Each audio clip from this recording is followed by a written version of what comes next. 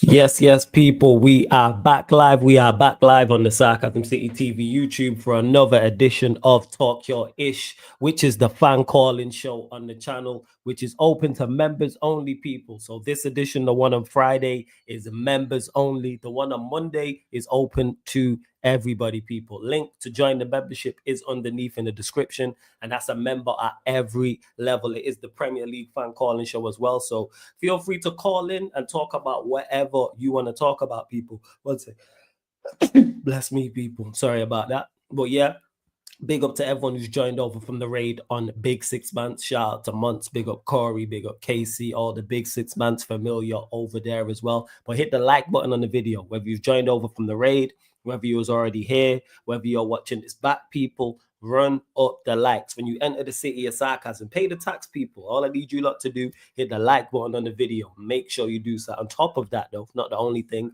share this out across all the socials at Yes It's Flawless. Yes It's Flawless, at Sarcasm City TV, at Sarcasm City TV, Yes It's Flawless on Twitter/X and Instagram. And just as important, make sure you hit that subscribe button, hit the notification bell as well. Subscribe to the Sarcasm City TV YouTube as well. If you got any questions you want to get in from the chat, people, feel free. But of course, it is the fan calling show. Link is in the pinned comment for the StreamYard link. But again, members only, people. So if you're a non-member, you can't join this one. But the one that's open for everybody is the one on Monday, people. So if you're a member, let me know in the private chat or comment in on this comment in the public comment in the comment section, people. I don't know why I can't say that. Comment in the comment section if you are so I know that you are indeed a member, because sometimes it needs to refresh and update and return and all those things. But yeah, big up to Ak in the cut.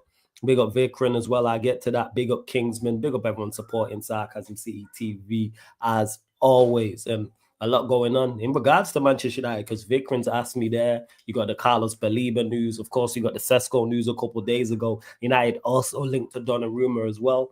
Garnacho, he's agreed personal terms with Chelsea. So that's all just with Manchester United. And of course, the Isak, that ongoing saga will continue. And I think that will run on probably till the end of the window, to be honest, with whether he stays at Newcastle or he does indeed join Liverpool. But how many likes for it? That's what we got to do. How many likes are we on, people? We're only on 19 likes, and there's over 60 of you lot in here, man. So we need to run this up and get up to 40 likes. It's just gone 20. Let's double that, people. Let's get up to 40 likes. Let's hit the subscribe button as well. And again, members, man, if you're a member at any level, people, it's open to you as well. Let me see what's what. Let's see what's what. Let's see. And I get to that question as well, of course. But of course, the callers take priority on this. You lot already know. Make sure. Is it? Oh, my bad. I even see this. My bad. I didn't even know. Let me actually pull up the list. I'm just here talking to someone talking to Charles behind the scenes. My bad, Charles. I didn't know. I can't keep track of all the members and stuff like that. My bad. Right in the comment section so I can see it, so I can pop up. Yeah, right in the comment. Drop a comment in the comment section, my guy. I'm literally just pulling it up as we speak as well. I'm pulling up the list. And big up to Vic when he says you're excited for the season, Flawless. Yeah, I am. Because we'll be better. So definitely. We're actually signing some quality players, and there's actually seems to be a plan. So I am excited for the season from that aspect, because I think we are going to be miles better in regards to just the individual quality. So we're going to be better in that standpoint. We actually have attacking players who can not only create for themselves, they'll create for others, and who can score goals. So I think automatically we'll just be better in that aspect as well. So that's how I'm looking at it. See what else you lot are saying in the chat as well. Let's see. Yeah, big up to Charles also. Well, you lot get your questions in, members. Feel free. I'm saying, get your questions in also. I think they've done a good job of foolproofing the squad regardless of what Amorim does. That's what they've had to do, yeah. And they are going a long way to doing that. If they get Baliba and we get a goalkeeper, a whole different conversation, man. Whole different conversation if we can do both of those things. For real. 1 second. What am I looking to do? There we go. Let's see. Can you lot hear the TV in the background? Let me know if it's too loud. If you lot. And for anyone else that wants to join this, that is the link for the membership right there as well. Right there, I just dropped it in the chat as well. That is the link for the membership. And it's also underneath in the description also. For members, where you lot at? This is for you lot. This is for you lot. And the members, and there's plenty of other stuff there in regards to the memberships as well, people. Oh, yeah. Am I signed in? So let me sign this out. Probably I'm just there doing some bits and pieces, that's all. Trying to figure out what's going on here. That's all.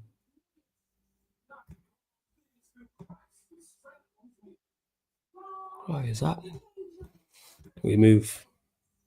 Yeah.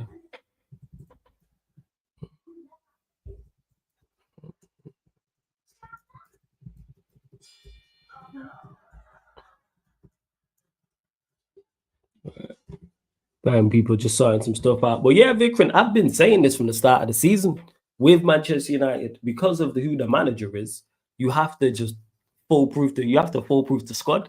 That's what you gotta do.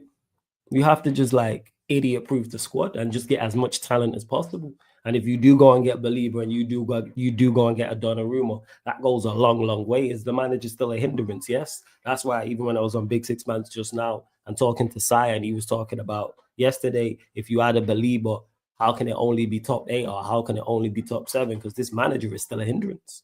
That's why. This manager is still a hindrance. Same way the team last season wasn't 15th. Let's say you thought it was 10th or 11th. All right, cool, it's 10th or 11th. But then he made it finish 15th.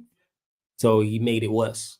And that's where I'm at with it, with this manager. Now, the next guy, definitely, if he's a competent manager, has a much better squad to choose from, and you can do something. When you look at the players we're actually bringing in, you can do something. Because with Amorim, let's not forget people. Currently, as they're constructed, Onana's still here, Maguire's still here, Shaw's still here, Bruno's still here, Mount's still here, Dalot's still here, Hoyland's still here. These are players that he's still going to play. He's still going to play, without doubt. Big up to Daza, man. My G. Big up. Daza says, big up, family. Slap the lights, guys. Big up. The best thing about the transfer window for me would still be the outgoings. If Chelsea actually paid 50 million for Garnacho, we pulled the blinder. They paid 20 and 5. Absolute blinder. I'm with it. And big up to Charlie, who just joined the membership as well. So we going to click him in. Like I said, this is the members only version, people. So Fridays, 9:30 p.m. members only version of this. The one on Monday at 10:30 p.m. It's open for everybody to call in. Just like to give back to the members. But big up. First time I think he's ever been on. My like Charles is in the building. My guy, what are you saying, man? You good? I'm not too bad, man. Yourself? Good, man. Good. And who's your team and where you calling in from, my guy? So in terms of Premier League, I'm much more of a neutral. Like my team's Doncaster. Obviously repping the Wakefield shirt today, because I'm doing a non-league game tomorrow, so I thought I'd rep the Wakefield AFC shirt. So yes, I'm a Donny Rovers supporter. Love that. Been there since 2005. Obviously, remember the times we faced Arsenal in the Cup, and you know Mike Dean adding an extra minute that didn't need to be added on. Still angry with Mike Dean about that. Yeah, just seeing us batter Beanie and Stuart Pearce, Beanie Man City, but seeing us batter Villa 3-0 in the Cup, you know, 1-0 at the Emirates in 2016, 2017, in that last year of Wenger as well in the Cup. Wow. Got some good memories, and obviously we nearly did some over Everton, I think, a year or two ago. So in the Cup, so love that. It's always good seeing people from outside the Premier League who support their teams, whether it's Championship, League One, League Two, etc., etc. So, what is it for? Because I've never chopped it up with a Doncaster Rovers fan before. What is the aim for you this season? Like, is it mid-table solidarity? Is it a playoff push? Is it an automatic promotion plus? Like, how are you not getting on? Because I have no idea. See, the weird thing is we've just got promoted as champions into League One this season. So we'll just be happy with just kind of stabilizing and just kind of achieve for as high as possible and just kind of float about, and our manager came out and said, "No, we want the league title again, because what's the point of going up if you're not going to win something?" I'm like, "That's my manager." And bearing in mind, he predicted us to win League Two this time last year. We were like, we were so many points behind Walsall that ended up bottling it, and it was like, I've not ruled out catching them up. And it's like 6 months later, we've won it. So it's like we win it on the last day away from home as well. So we've got a manager with such a high mentality. Basically, I'll put it this way. The year before we went up, he said to people after missing a playoff semi-final on penalties, one game away from Wembley, he said, if you don't want to win a league title next year, go and tell your agent to find a new football club. So he's going on with first. So he's got a mentality. He turned around to one of our wingers this summer and said, at the end of the day, I don't think he's going to get enough game time, so we're going to put him up for transfer pretty much. Like he's brutal and honest, but he's fair. And I like that we've got a manager like that. So some Premier League clubs need to take some serious lessons off managers like Grant McCann, because they've got serious ambition. So I agree with that. Like, then you mentioned it there that the manager said, "Hey, we win in the league next season," and then he's gone on one League Two, and then you've gone up where most people would be like, "All right, let's just solidify in League One," and then you try and push. But you say, "No, we're going up here." And do you think your team is capable of getting promoted to the championship? He wants to take his goal and his aim is to take us back to the championship in these next few years. Okay. That is the goal. Well, he turned around to the club's longest serving player, nearly 10 years of service, and didn't even get a proper send off. It was like last home game, last away game, usual applause, and then I think a month later, out of contract, see you later, goodbye. That's the longest serving player. There's no sentimentals here. It's all about success. Now, you have to be cutthroat even when it's lower down the league, like you stated, and I'm sure that contributed to you lot winning the league, because I'm guessing last season, did you expect to win the league, or was it a complete surprise to you? We wanted promotion as a minimum, whether it was through the playoff final at Wembley or through top three. I wanted league title because I demand the most out of my football club, and I know my manager can achieve it because he's won a league title before in the league, so I know he can achieve it again at a different level.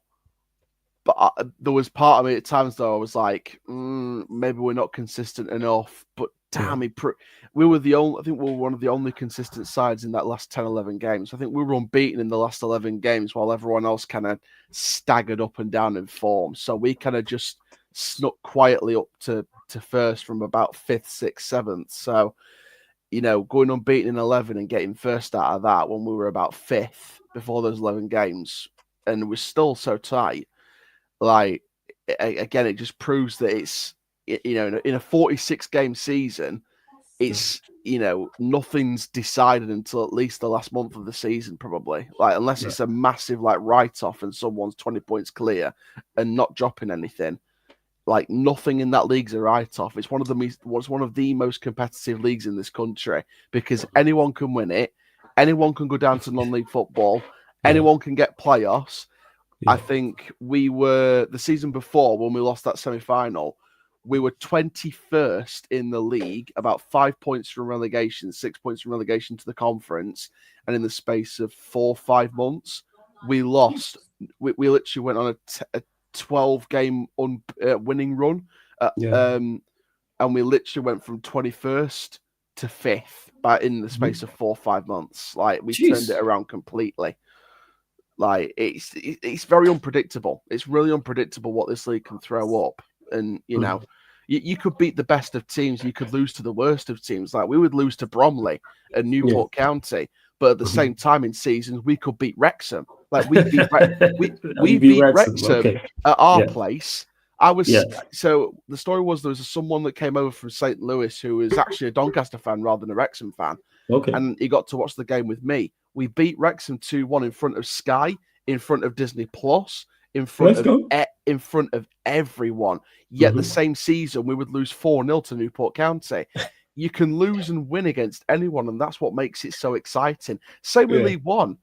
Like, we dominated Exeter City last week. I weren't there because I was going to a League Two match because I was stuck in Manchester that week. But we beat Exeter on paper, on stats, we should have beat them by 5-0, it looks like. We only won by 1-0 for a penalty in the 88th minute.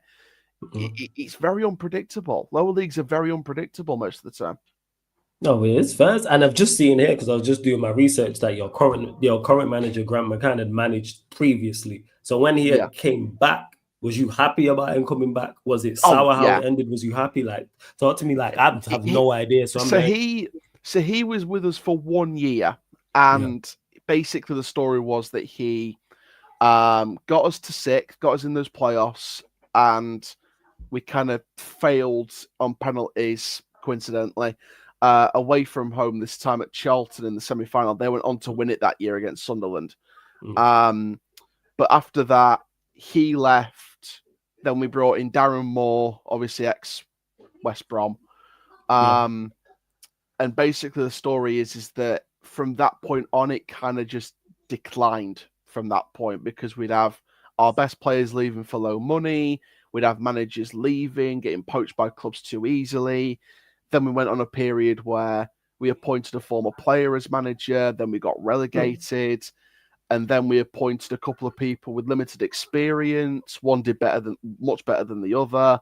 And there were protests against the chairman. And I think that was one of the big turning points for the club, not just in terms of Grant McCann coming back, but I think the fact that I've got to give some respect to the fans that protested for our old chairman to go because, he wasn't really putting as much money in as he should have been. And that kind of cost us a bit.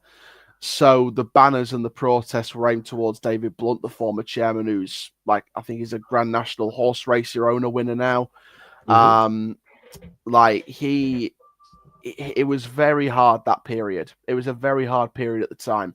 And then what happened was the banners and the protests kind of started the overthrow, if you like, of the old guard. And the owner took over as chairman short term to kind of steer us, which is what he's doing now, thank God.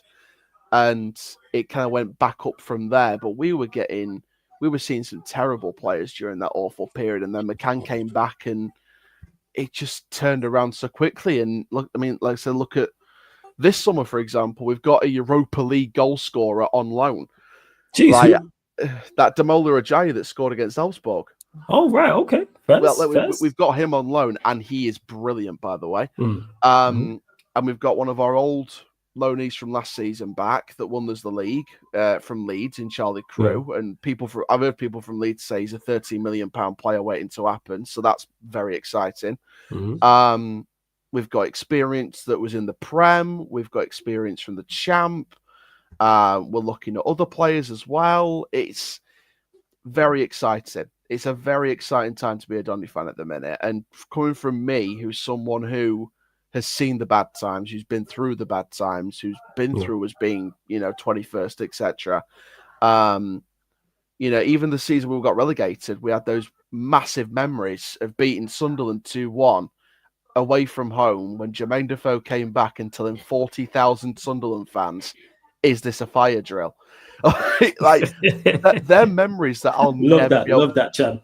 Like that, I'll never be able to shake off those memories. It's a bad season, but that was a really good memory. But now look at both of us. We're approaching Championship football. Sunderland are now back in the Prem. And I'm fingers crossed, hopefully going to tick off Sunderland when they get back to the Prem at some point. So again, it's just a really good time to be a Donny fan, especially with what we suffered. But yeah, Grant McCann sort of came in for a year, then went away. Our best player almost went with him, but that ended up happening a few years later. And then he sort of came back after a couple of ish spells at Peterborough. And yeah, it didn't kind of work out for McCann back at Peterborough. And then he sort of, that's the thing with our manager. It kind of was with Peterborough, then with Donny, then went to Hull, then went back to Peterborough. And now he's come back to Donny. Yeah. The manager before McCann came in for his first spell, Darren Ferguson, Sir Alex's son, he was like Peterborough, Donny, back to Peterborough, went away, back to Peterborough.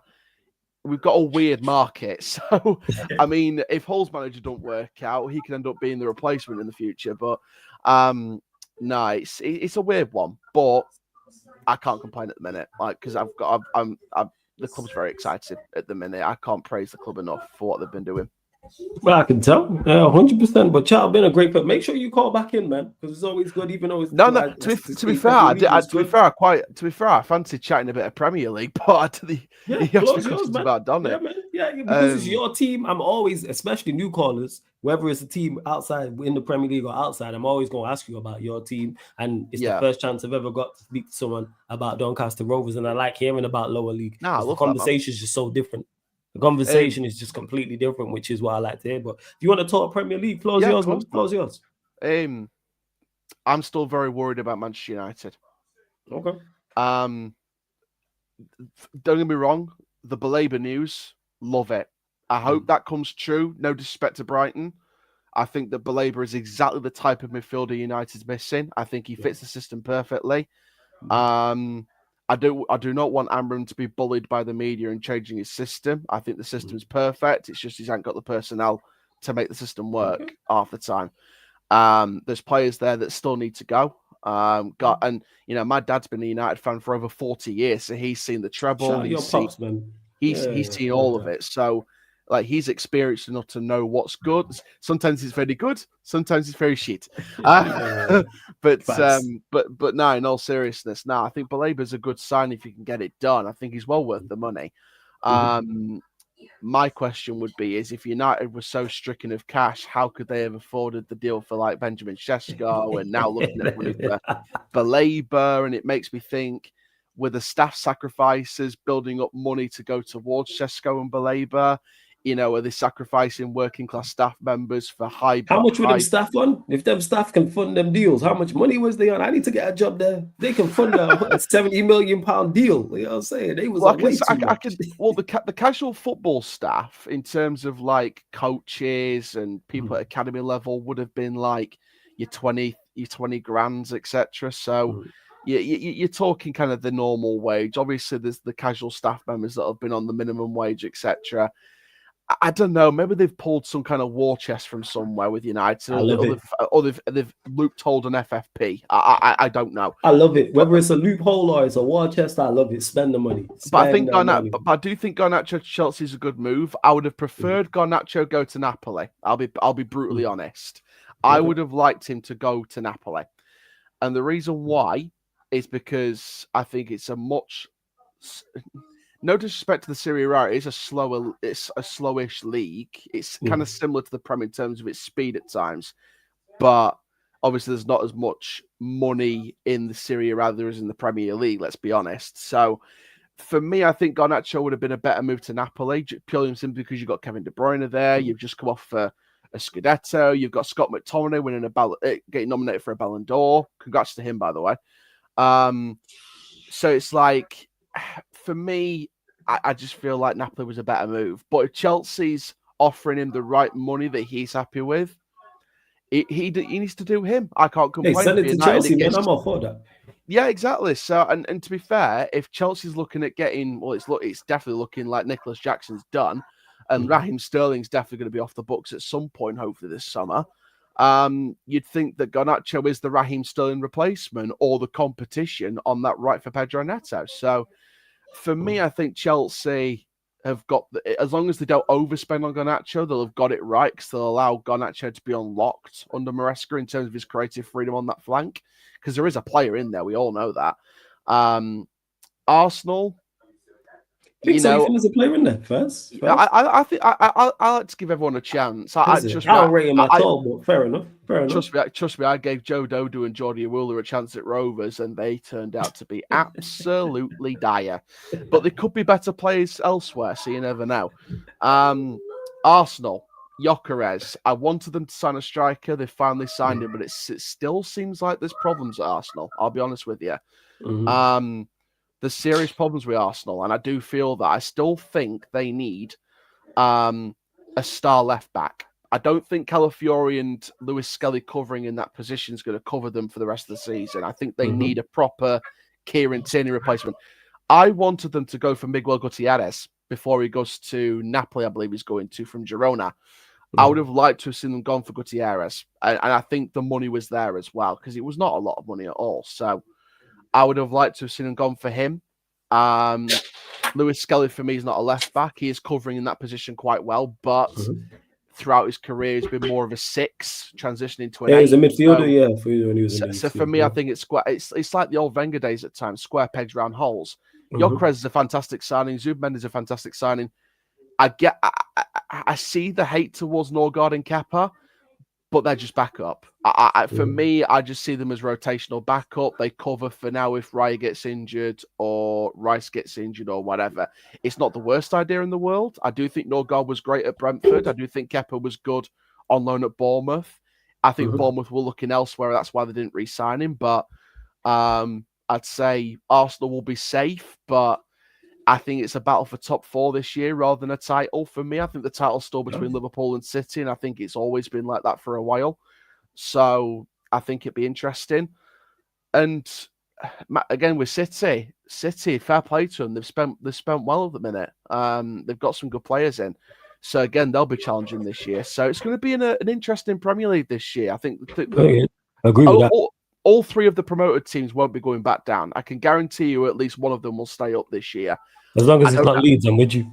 Yeah, trust me, I'm a Donny fan. We do not want Leeds to stay up just as much as you do. Yeah, facts. You know what I'm saying? I knew we get on, man. Your dad's a United fan. Both hate Leeds. I hear it, man. I understand. I get it, man. I'm with you, Charles. I'm with you. I would like it to be Sunderland that stays up because I think that's a good story. And not just because it's a good story. I do think they've brought in some good players. I think Xhaka is a pivotal signing.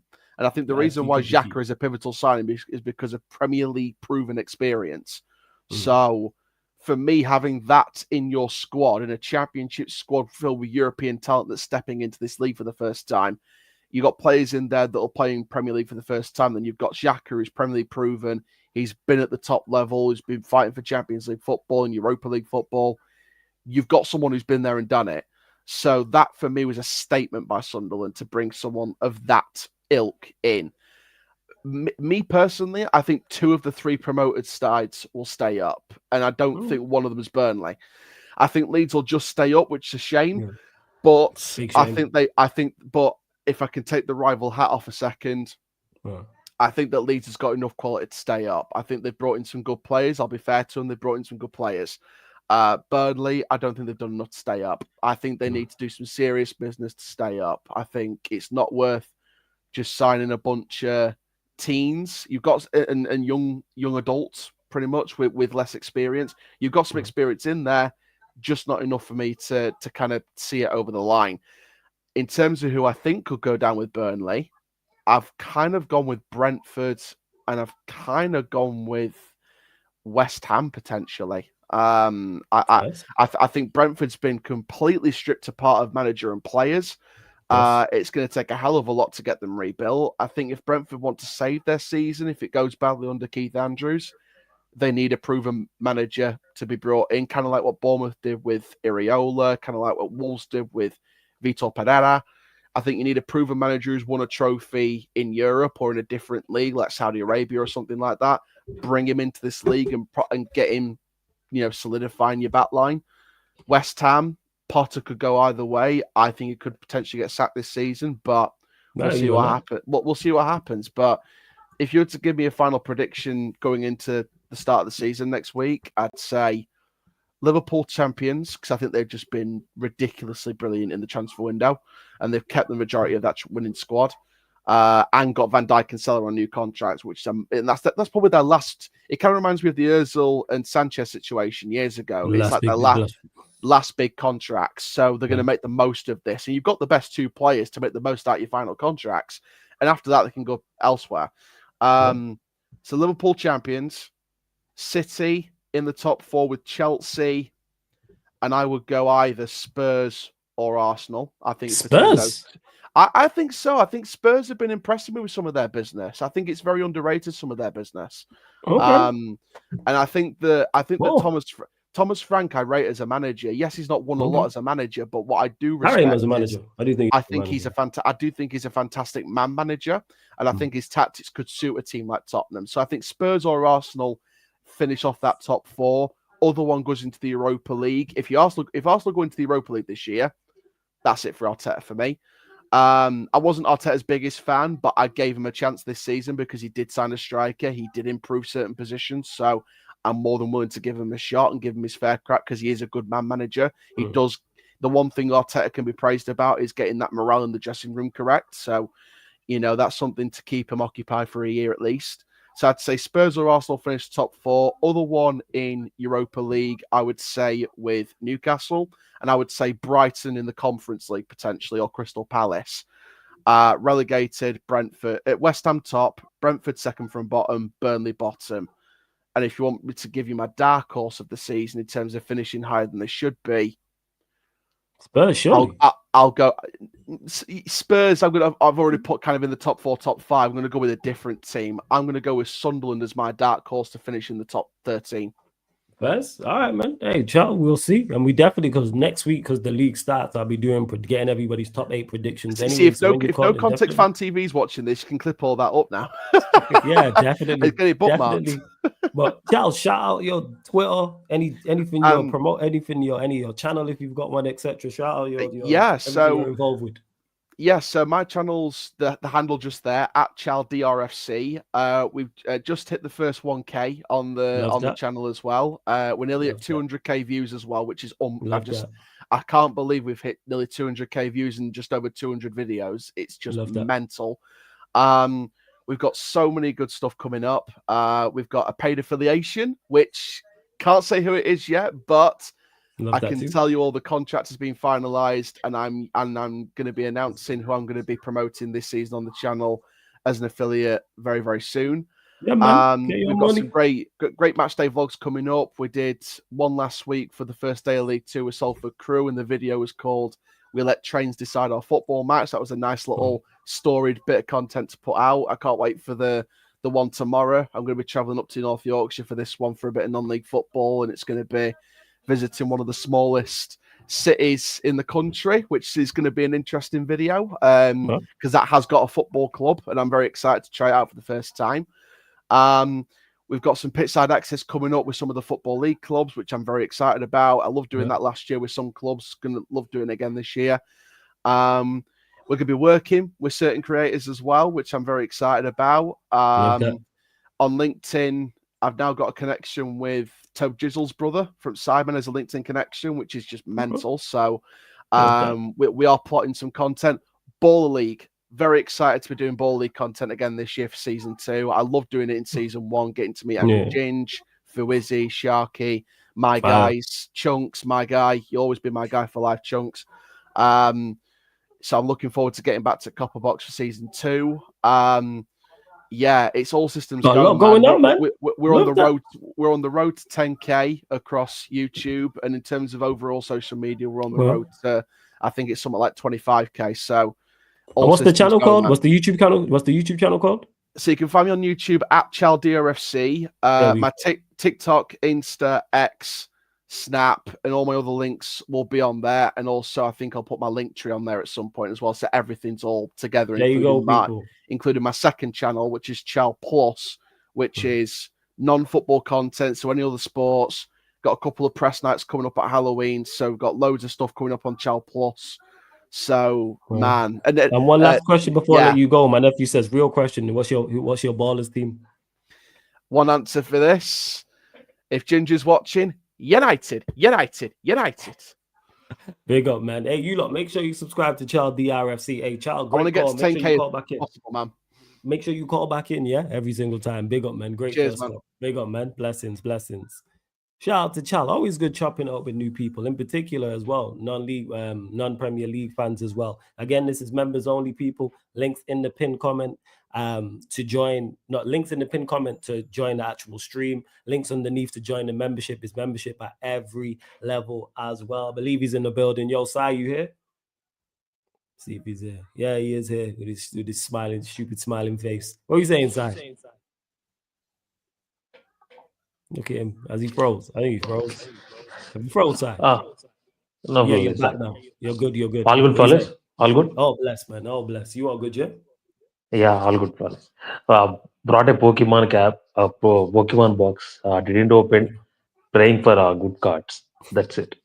We need to still talk. I'm going to get the cards of praise that I've got and let you know what they're saying. Because I got a whole heap of them. Yeah, we'll talk. My brother bought for me. I spent some piece on that. I have to get some good cards. hope for that. Yeah, of course, man. Get some, yeah, 100%. Nah, I hear you. I hear you. And big up to Chal as well, man, who just joined, who just left. But Yeah, go on, do you I'm want to talk about listening. Sa? I'm listening to him backside. It's so refreshing to get the perspective of a championship or a League One Go on. fan, because Yes. we don't know about how they see Premier League and how they see the championship side. We don't know about that, right? It's so Mhm. good to hearing that all type of news from there. Well, And see, flawless. See, I will talk Premier League every time, but I will talk for 1 to 2 minutes about La Liga, go on. Atletico Madrid. I think Loki, they are favorites for Loki. They will win the league, flawless. Yeah. Go on. Why? See, Alonso is still new at Real Madrid. We don't know about them. And Mhm. Barcelona, they got. I surprised that he leave. Inigo Martinez, one of the best centre backs for Barcelona last season. He went to Al Nassr, Saudi. And the signings of Atletico Madrid, flawless. They are absolutely surprised me. And there are good signings also. Very, very Mhm. shrewd signings. Ruggeri, defender. Raspadodri, attacker. And they got Yeah. another two players. David Hanco, good defender. From Mhm. and they got another signing also. Alex Baena from Villarreal. Yeah, Excellent I heard creator. about Bayano. Yeah, I heard about Bayano. Brilliant player. Brilliant player. See, Loki, I thinking third title for Diogo Simeone. All right, cool. Loki. Facts. See, I disagree, I, but we gonna see how it plays out. I'm not saying it will happen. I'm just saying that he can see he has his tools now. Julian All right. Alvarez is there still. Your favorite Anthony Griezmann is there. See, we have to see. I am excited for a league for Atletico Madrid. I want to see Mhm. how Lucho plays plays with attacking football. He's not Mhm. defensive right now. He changed his system. No, not system. He changed his style. Mhm. He made some brilliant signings. That's why I want to see. I will be not surprised if Atletico Madrid wins, because they got some brilliant players right now, I'd be super and they will surprised. sign more.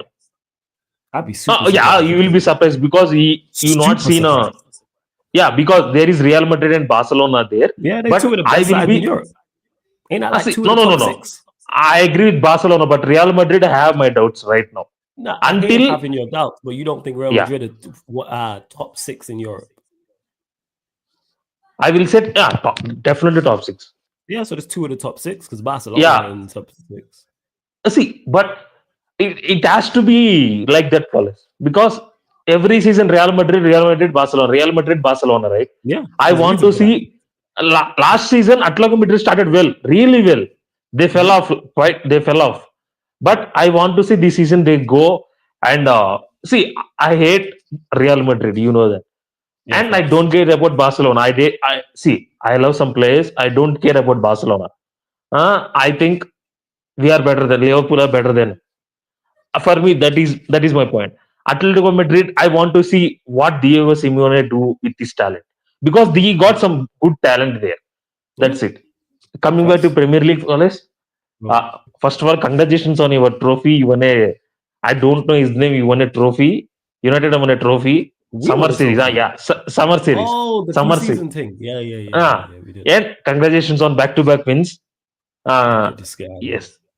No, Look no. at this It's guy. flawless. You say that your manager has to get him back-to-back wins. He get back-to-back wins, right? Competitive matches, mate. You know what I'm saying? I know that, flawless. We Yeah, know, all this know guy. that. But we This are guy we are right there. saying that he got two back-to-back wins already. He will perform. Yeah. No, all jokes aside, coming back to Sesko is coming tomorrow, unveiling. As Fabrizio said, tomorrow is unveiling. Okay, now, well, I have a question for you. Of course, go on. Of course. Go on. See, if United performs well, Yes. uh, and other than you said if United are winning because of players' quality, not Mhm. managers system or not manager tactics, Yeah. because of it is player quality, it is all about 2.0 side. Right? What will that opinion turn around What has to Amrun do? Yeah, it is manager win. Not players win, it is managers win. What he Lineups are has to good. do. For instance, as simple as that, lineups. That's the first thing. Get your lineup spot on. None of these dodgy lineups. Secondly, being proactive when it's not going right.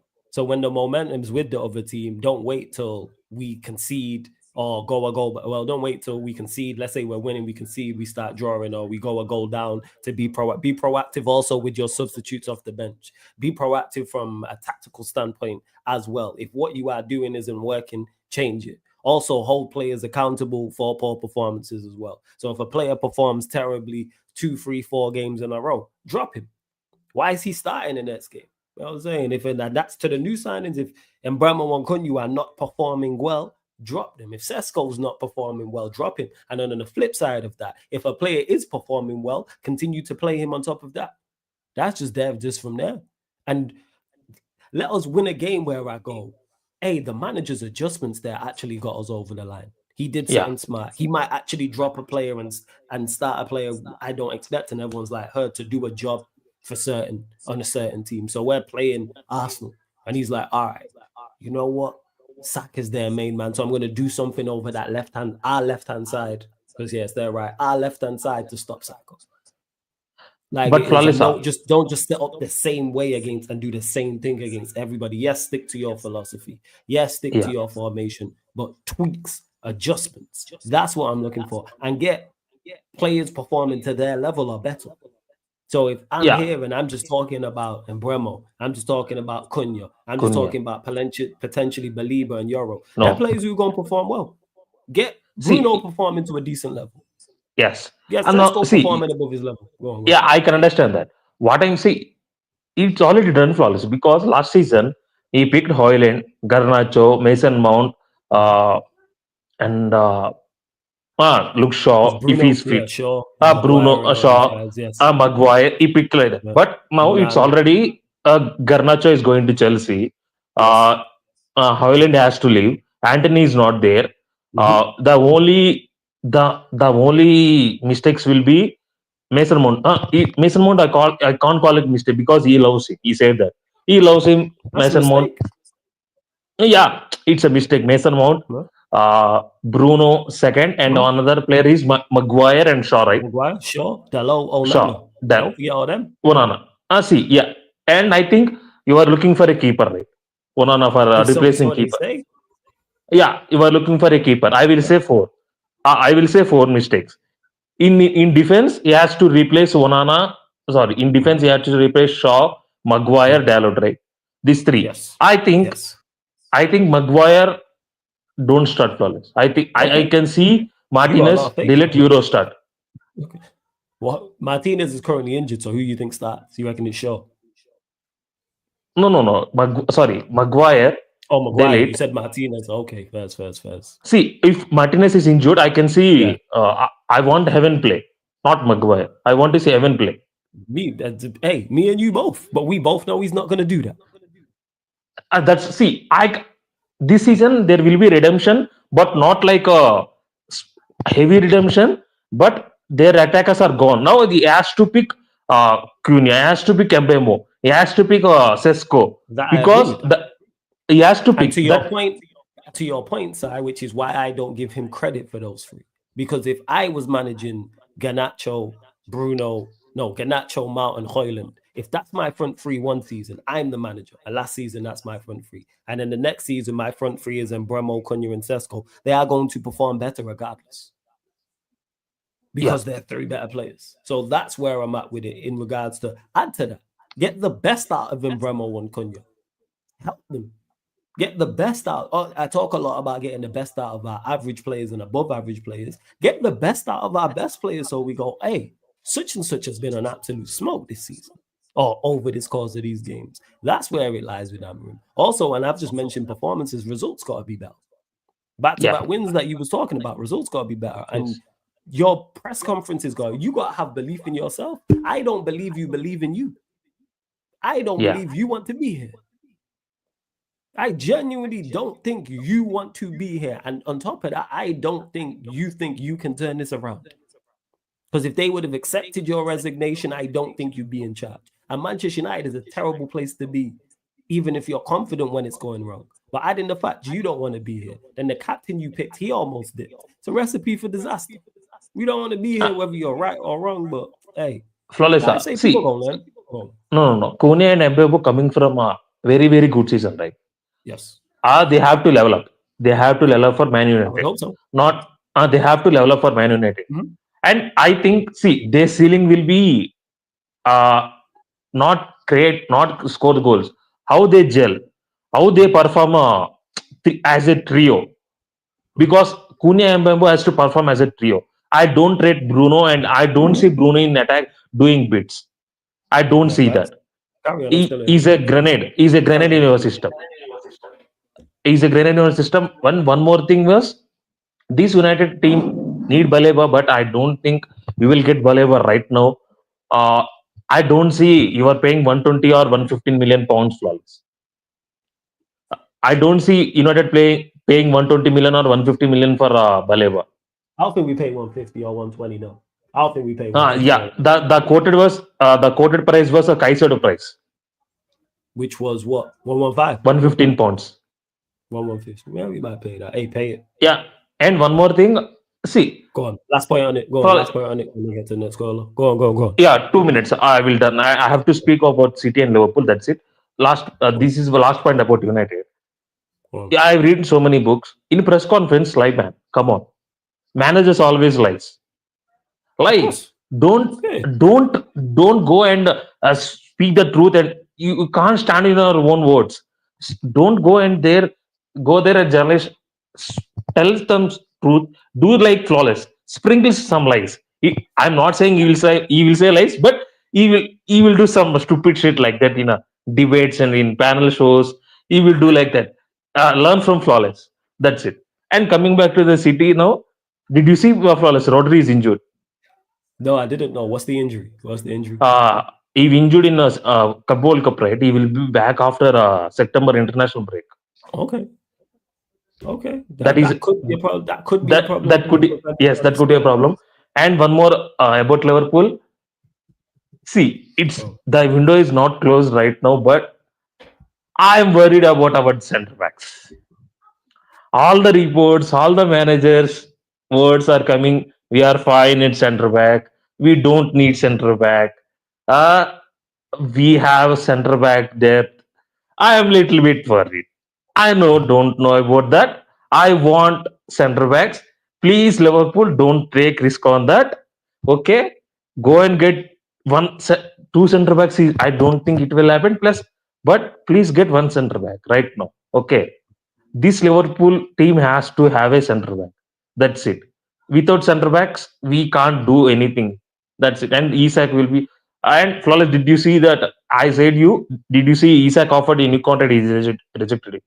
No, I didn't know that he'd been offered one recently, a new contract. Yeah, in last week, they offered him a new contract. He rejected it. He wants to. He tells no. Yeah. Oh yeah. I don't want to sign.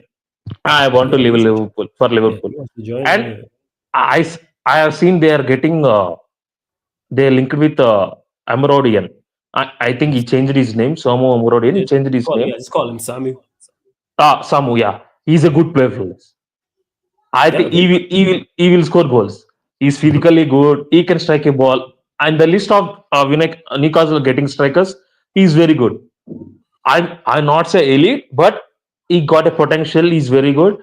And I think they are linked with another striker also from Wolves, striker Larson. He's okay. Visa is okay.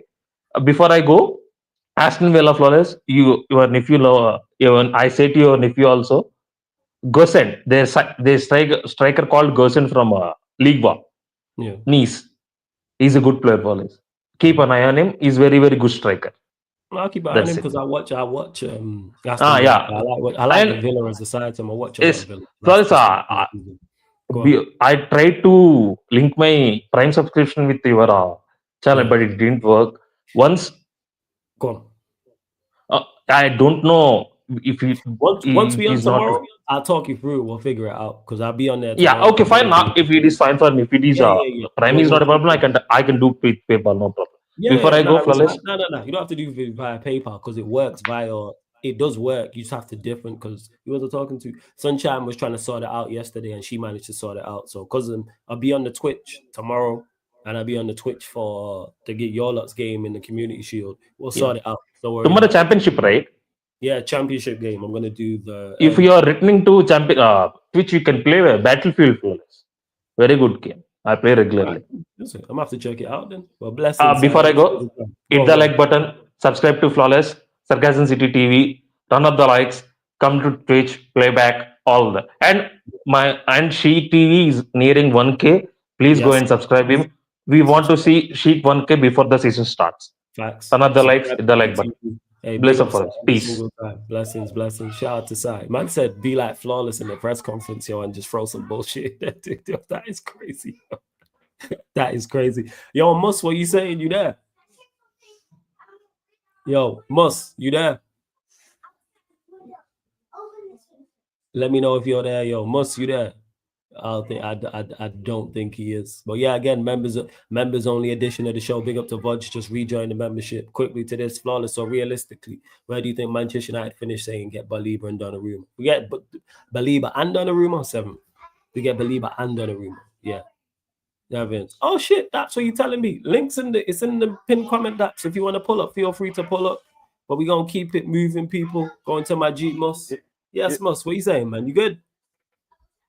Yeah, you good? Yeah, I'm blessed, Mus, man. What do you want to talk about, my guy? Floor is yours.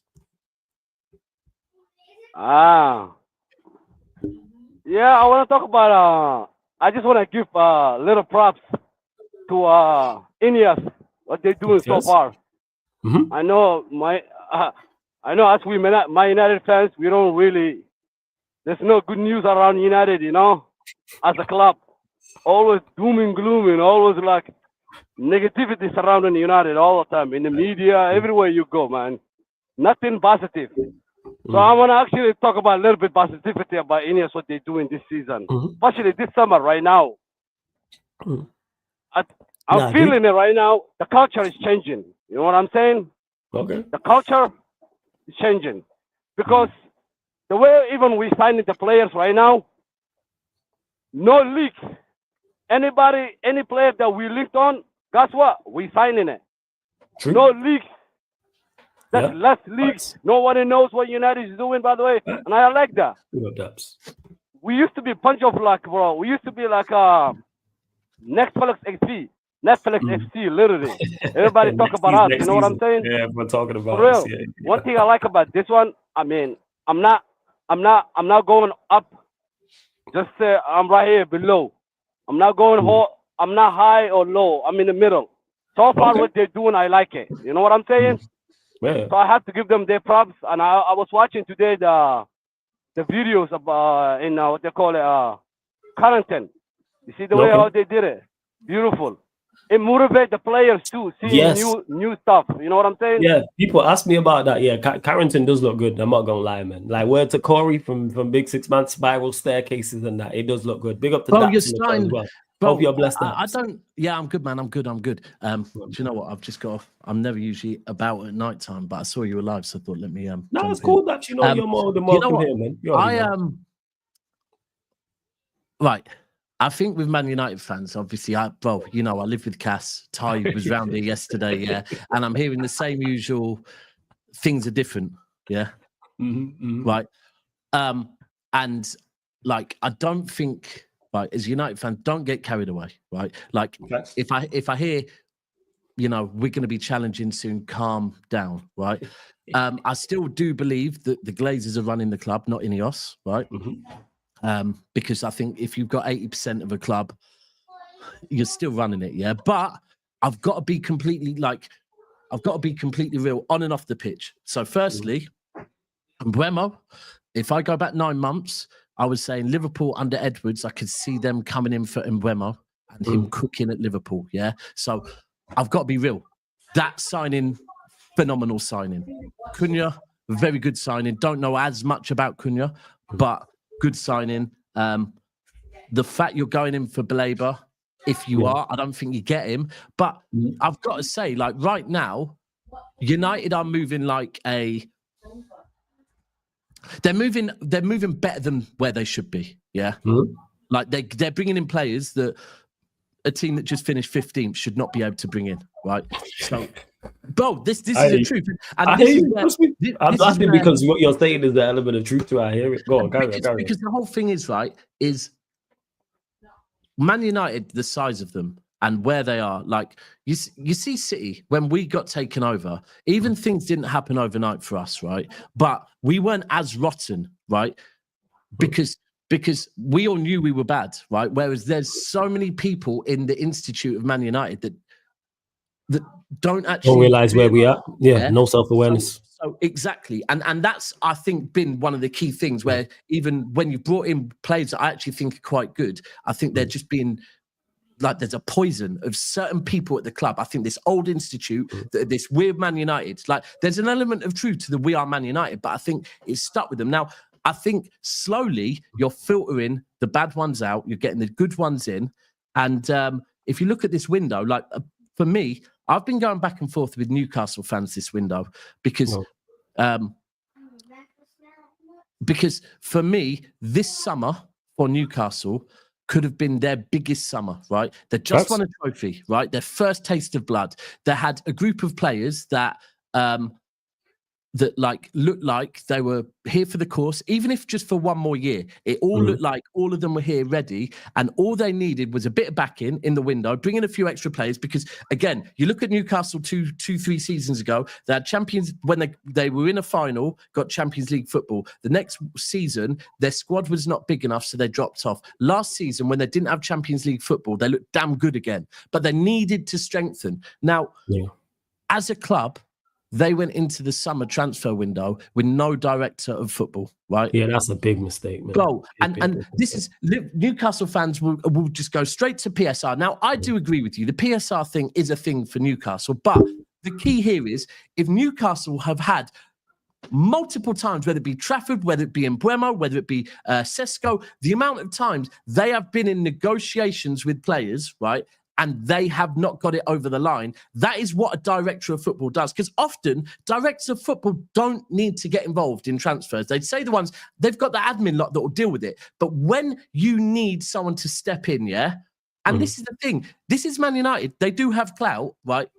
Just because you've won one trophy, you can't now go, we're Newcastle, we're a better project than Man United, right? And this is the thing, they've fucked up. And Man United, like, they're showing little signs there. Now, secondly, off the pitch, the training facilities, they've improved. Secondly, another one that I've got to credit them for, I don't know if you've heard this, but apparently Man United are going to start away games. They're going to start opening up Old Trafford and or an element of Old Trafford for fans to go in and watch the game there. Oh, that's cool. Yeah? If that is the case, that is, Bro, that is, like, that's why clubs don't do that more often, especially when you are now... Flawless, you know, I'm in Manchester all the time. You live there, Like Manchester is like, I'm pretty certain it recently got voted the most up and coming city to live in, right? Manchester is absolutely thriving right now for tourism, United always has been. There's plenty of people there that will go to Old Trafford on a Saturday and watch Man United in an away game. I'd pull up 100%. If they did open that out, if it's something to do with people are around, I'd be like, yeah, let's go. Do it, like, because the deep thing is, if you deep it, right, like a lot of people go to Doncaster or somewhere like that, right, and that will hold, I don't know, like 2,000, something like that. If Old Trafford, it was a new thing. Do you know what? Yeah. You can't get away tickets for love nor money, but you can go to Old Trafford and there'll be 10,000 fans there watching it on that new technology that they've got over in America where, bro, it will work. And furthermore, with tourists coming there, that's extra income on the merchandise. And that's what you have to do right now. Like, so I think United are moving. I can't lie. Right now, if I look at City, United, Liverpool, Chelsea, Arsenal, we're all like this summer more than we've probably seen for quite some time. Everyone seems to be on it. The big boys, the big clubs seem to be on it. But Moose, go on, carry on saying what you were saying in regards. I just wanted to hear from that, see what you got to say. But you was talking about Ineos signing stock. What was the brother name? What was your name? Was it like Man City brother? Oh, Staps. This is Staps. Oh, I mean, I'm not just all I said is what you exactly said. You know, I wasn't going, you know, No, you overboard, weren't. you know, You anything weren't. like that. I'm more talking Yeah, about I just seen it. I seen it because you remember United. We used to leak. We used to see the lineup 2 days before we even Yeah. play.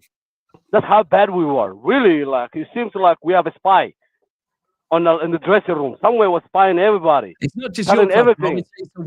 It's a weird thing in all clubs. I've never understood it. Why people do So it. that's why I've seen a lot of Yeah. culture shift. And then Yeah. and also I say the players and the manager can only do so much. It's up to the owners to fix the culture. You know, everybody's saying, "What happened to your stand?" What do you mean? If the club don't have the stand, who brings the stand up always? The club. If they show me, if they're not gonna show me, they're willing to win something. Why would I be give myself a problem? You know what I'm saying? Let me When the ask you, culture Mus- is fixed. let me ask you, Galiba, do you think we sign him? Just that I'm Oh, yeah. asking our interest. See, because the way Go on. Ineos calculate things, because if they're not gonna sign, they were not gonna put it there. You Okay. don't remember that? I think they sign it. They will sign it. I do hear it. The way- Bro, I do hear it. So far, right now, if we play Man United while linked on, we basically got it. Yeah. Basically got it. You know. So that's what I'm saying. I think we're gonna get it, but it's gonna be hell a lot of money. It's not gonna be cheap. I can't lie, yeah. The way you'd be mad to doubt United at the moment because, like, you know what?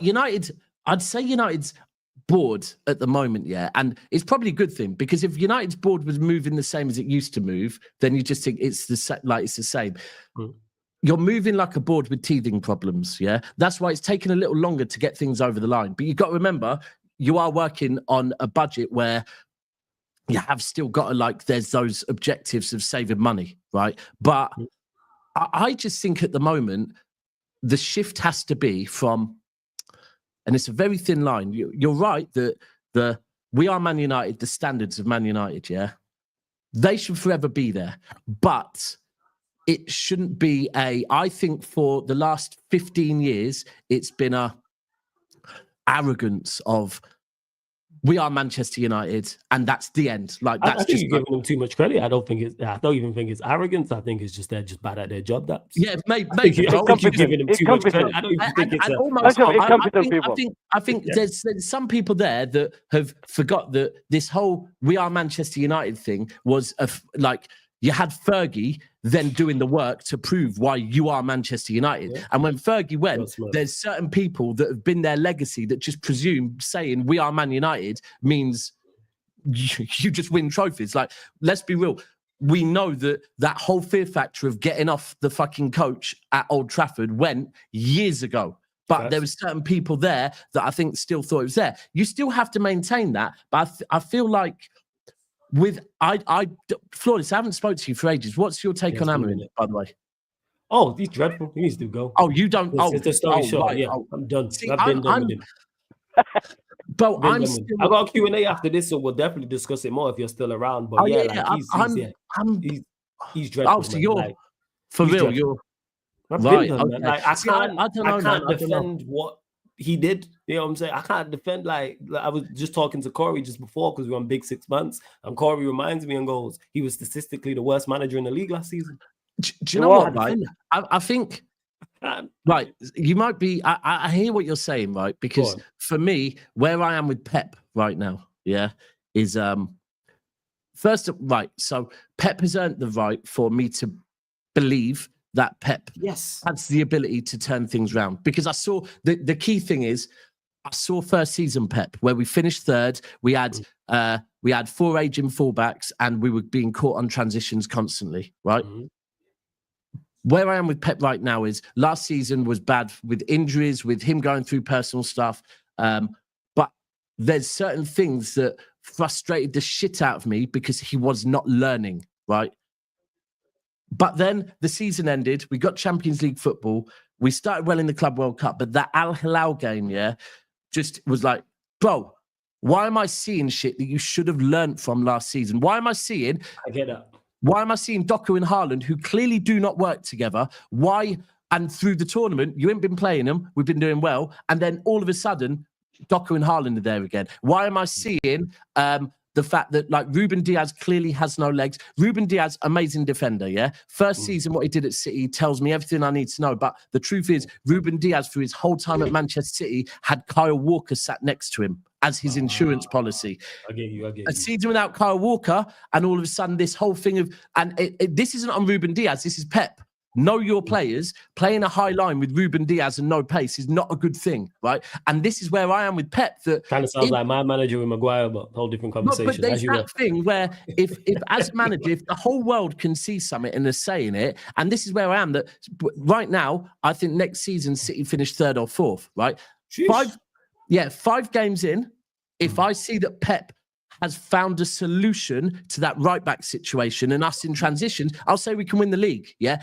Yes. But if he doesn't, then it has to be questions like, Pep, are you going to learn or are you just going to be stubborn? And at which point, maybe it's time for you to move on, bro. It's not a Pep out, but it's if you're not learning, and I guess that's where you are with Amorim last season was you're not learning. I can't like I said, I backed him. You know me well enough. There's certain things I can't defend. If you perform well, I will defend you. I will die on the hill if you are performing well. But if you are performing poorly, I'm not going to die with you because you're United manager or United player. Yeah, but that's how it has to be. That's how it has to be.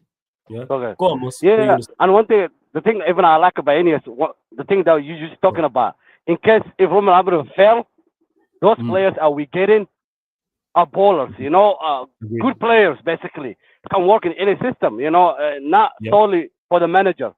It's basically they can play, and that's one thing I like about it. They're not just buying players solely for the manager. They're buying players intelligent. You can call it intelligent players. It's not all about technical ability, flicking flag. It's all about the brain, by the way. Most players don't have the brain. They just Garnacho, example. IQ. That's one thing about IQ. Bro, you're spot on. The IQ's everything. And one thing, see, look at that. Bro, did we even do our scouting for Biende? I have a question about him. Did we do our scouting for him? Oh, my God. Did they even watch him play? Did they even watch him? I swear to God, this guy. Useless. Oh, my God. Whoever scouted Biende should be fired. I hear you on that. Mus, do you know what? Trust me, Mus. I hear you. Before you carry on, no daps. Yo, Mus, anything else you want to add before I get to the next caller, my guy? I appreciate it, guys. Hey, thanks. Nice to meet you, Dap. Andrew, bro, Andrew. All right. Mus, big up, man. Make sure you call back in, man. Always good chopping it up with you, man. You know what I'm saying? Every time. Shout out to Mus. You lot. Make sure you subscribe to Never a Foul. Make sure you subscribe to We Are the South Stand FC as well. Both links are in the title, people. Both links. Love. Never a Foul and We Are the South Stand. Just going to say, you see Unbeliever, yeah? That is, for me, whether you get them or not, yeah, because that's a difficult one to do, right?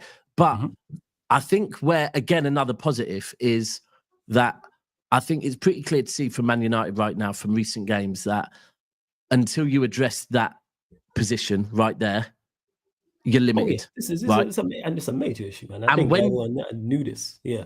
And when you see you're looking for a player that is in the position you need to address, you can go, cool. You know what? And this is a problem. Like, I've been frustrated when people have been saying, oh, we should go and get Rodrigo. We should go and get Rodrigo. We should go and get Rodrigo. And I'm going, bro, we scored 3 goals against Al Hilal. You score 3 goals in most games, you win a game, right? If you concede 4, there's a big fucking problem, right? We must address the right back. And the fact that we haven't, I'm like, and I'll say the same with Liverpool. The fact Liverpool haven't addressed the centre back, for me, if I was a Liverpool fan, I get the window they're having is amazing. But the fact they've got 3 centre backs, 2 are injury prone and 1's 34, it's not being spoken about enough. Yes. And big up to Sad for the raid as well, man. Shout out to Sad. Big up my guy, Sad. Make sure you subscribe to Sad's football corner as well. We're going to keep the show on the road. Members only. Run up the likes, though. Continue to run up the likes. Hit the subscribe button as well. This is the members only version of the fan calling show. My G is in the building. My like Rizzy is in the cook. Yes, man. What are you telling me, my G? You good? Big up. Blessings, man. Rizzy, Daps, Rizzy. If you man are not met, you've met now. What are you telling me, Rizzy? Big up, Daps. Watch all the time, man. Never fall. Love. Yeah, man. Well, man. What are you Where are you saying, from? Rizzy, Where man? are you? Where are you right now as well? I'm in Canada. Oh, Canada. Okay, cool. Yeah, man. Well, but what you saying, Rizzy, man?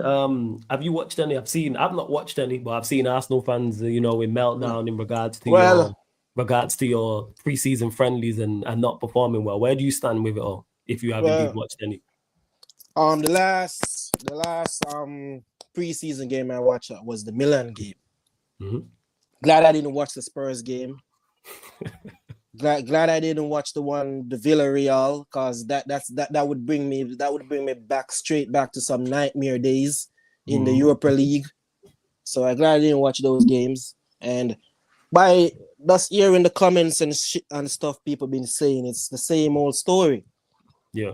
The tactics are the same. It's the same like for like player, like for like change Arteta is making. Yeah. And we have you guys on the 17 coming up, and bro. Oh, what a first game of the season. Oh, bro. That's gonna be it's just a sit back and watch. Because right now, bro, I can see the comparisons being made already. Sesko versus Gyökeres. Yeah. All of that's gonna go down. Who's the better striker? Who's gonna get the first goal? Who's gonna get the first goal? Remember 3 summers ago where the Community Shield, City v Liverpool was Haaland and Nunes. Haaland had a stinker. Nunes scored. Yeah, and I remember Monts saying, "Haaland, I'm watching you." Yeah, and then what happened afterwards? But you're spot on, bro. It's like for a YouTube content creator, that first game, is the perfect one, because either way, you're going to see Arsenal fans getting gassed, or you see like the worst results are draw, but either way, it just kicks off the season perfcely. Yeah. And Rizzy, where do you stand with that in regards to, because you mentioned there the strikers, Gyökeres, I've seen people criticizing him, but then I've seen more people actually, to Arsenal fans' credit, talking about the service into him and the creativity surrounding him not being good enough. Is that a concern for you, or do you like, all right, it's going to click once we actually start playing competitive matchups? We have to get another attacking midfielder for it to really click. Can't depend on Odegaard alone. We know what Odegaard does. On his best day, when the sun is shining, we'll get the best Odegaard. Yeah. You're right. I think you're spot on as well. I think the other one, the one that's mad intriguing for me, and again, I just spoke on, I will be frustrated if I see Doku and Haaland playing together, because I'm not taking neither side, by the way, but just ultimately, them together don't work. Doku is, for me, better as an impact sub. He doesn't scan the pitch. He doesn't look for he never scans. You watch him when he gets the ball, he never scans. And it's got to a point where Haaland stopped making certain runs because he knows he's not going to get the ball, right? Now, if you look at Gyökeres, and you look at, I'm not saying he's going to play on the left for you, but if Noni Madueke plays on the left for you, then Gyökeres from the left is not getting the ball. Yeah. Right? And it's interesting. It's interesting. Sorry, bro.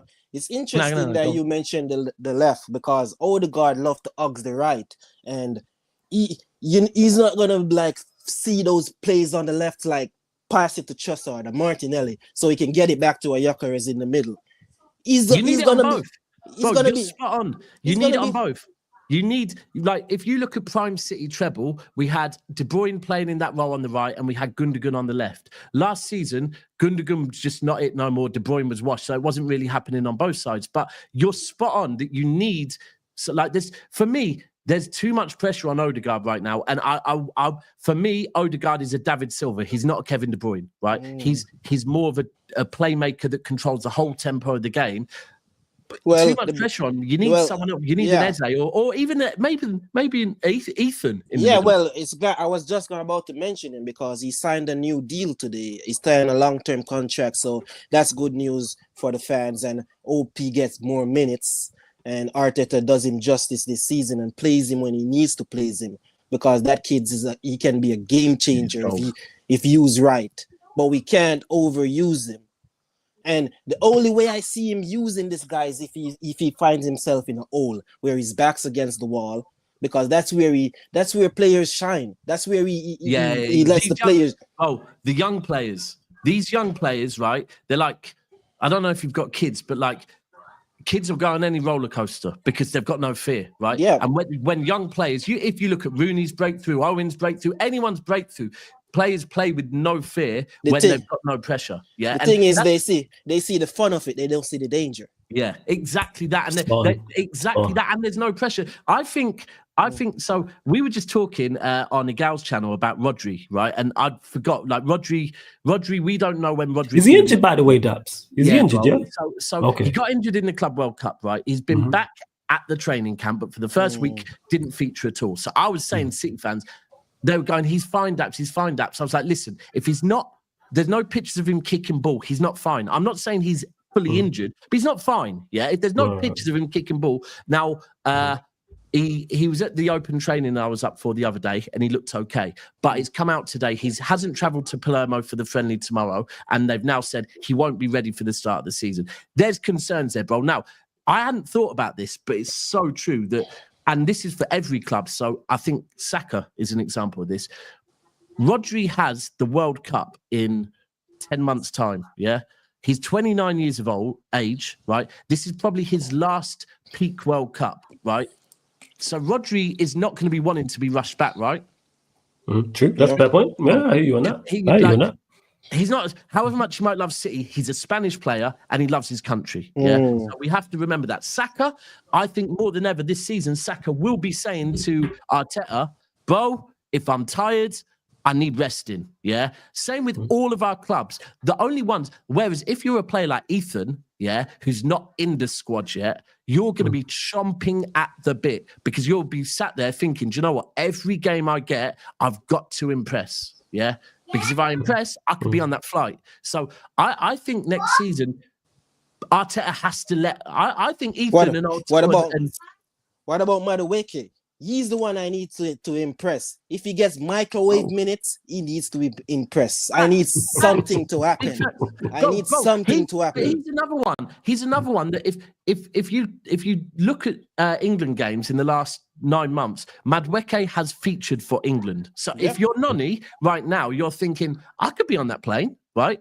Now, I think like the price he's gone for, he hasn't gone to, like anyone that thinks that he's gone to Arsenal to just sit on the bench and warm the bench. Yeah. In World Cup season, you're not doing that, right? You're not doing that. So he's one that I kind of think, I think he's like Doku. He's like Garnacho. He's a low IQ footballer. Yeah. But he's technically very good. He's just decision-making shit. But you never know. He could work at Arsenal. Like, sometimes, Joe, the maddest take I saw the other day on Talk Sport was that people need to keep an eye on Mason Mount. He's going to have the comeback season this season, apparently. And man, you know what that is, man? Hope. That's where that is, man. Hashtag note to hope, man. That's where you get. That's why you get opinions like that. If you got Eze though, where would you play Eze? Because I want him central. I want him in the 10 or even in the 8, one of them, but mostly in the 10 because he'll do damage. Yeah. And occasionally drift on the left, you know, but mostly in the middle. I need him to be scoring, making assists. Sometimes Odegaard have these moments where you try to do this dink all the time. Not all the time you need to do that, bro. You try to play that ball over the top. It's like it's a signature move he's trying to do, but players are finding that out, bro. I think the biggest thing with Odegaard is you give Odegaard an Eze next to him, and that enhances Odegaard massively. Like I said, for me, Odegaard is not a Kevin De Bruyne. Odegaard is a David Silva. You put someone next to him, and all of that he can bounce off. Whereas at the moment, I'd say in midfield, he's got a lot of workhorses around him. He hasn't got. He's not the guy, bro. He's not the guy. He's the guy that gets the ball to the guy.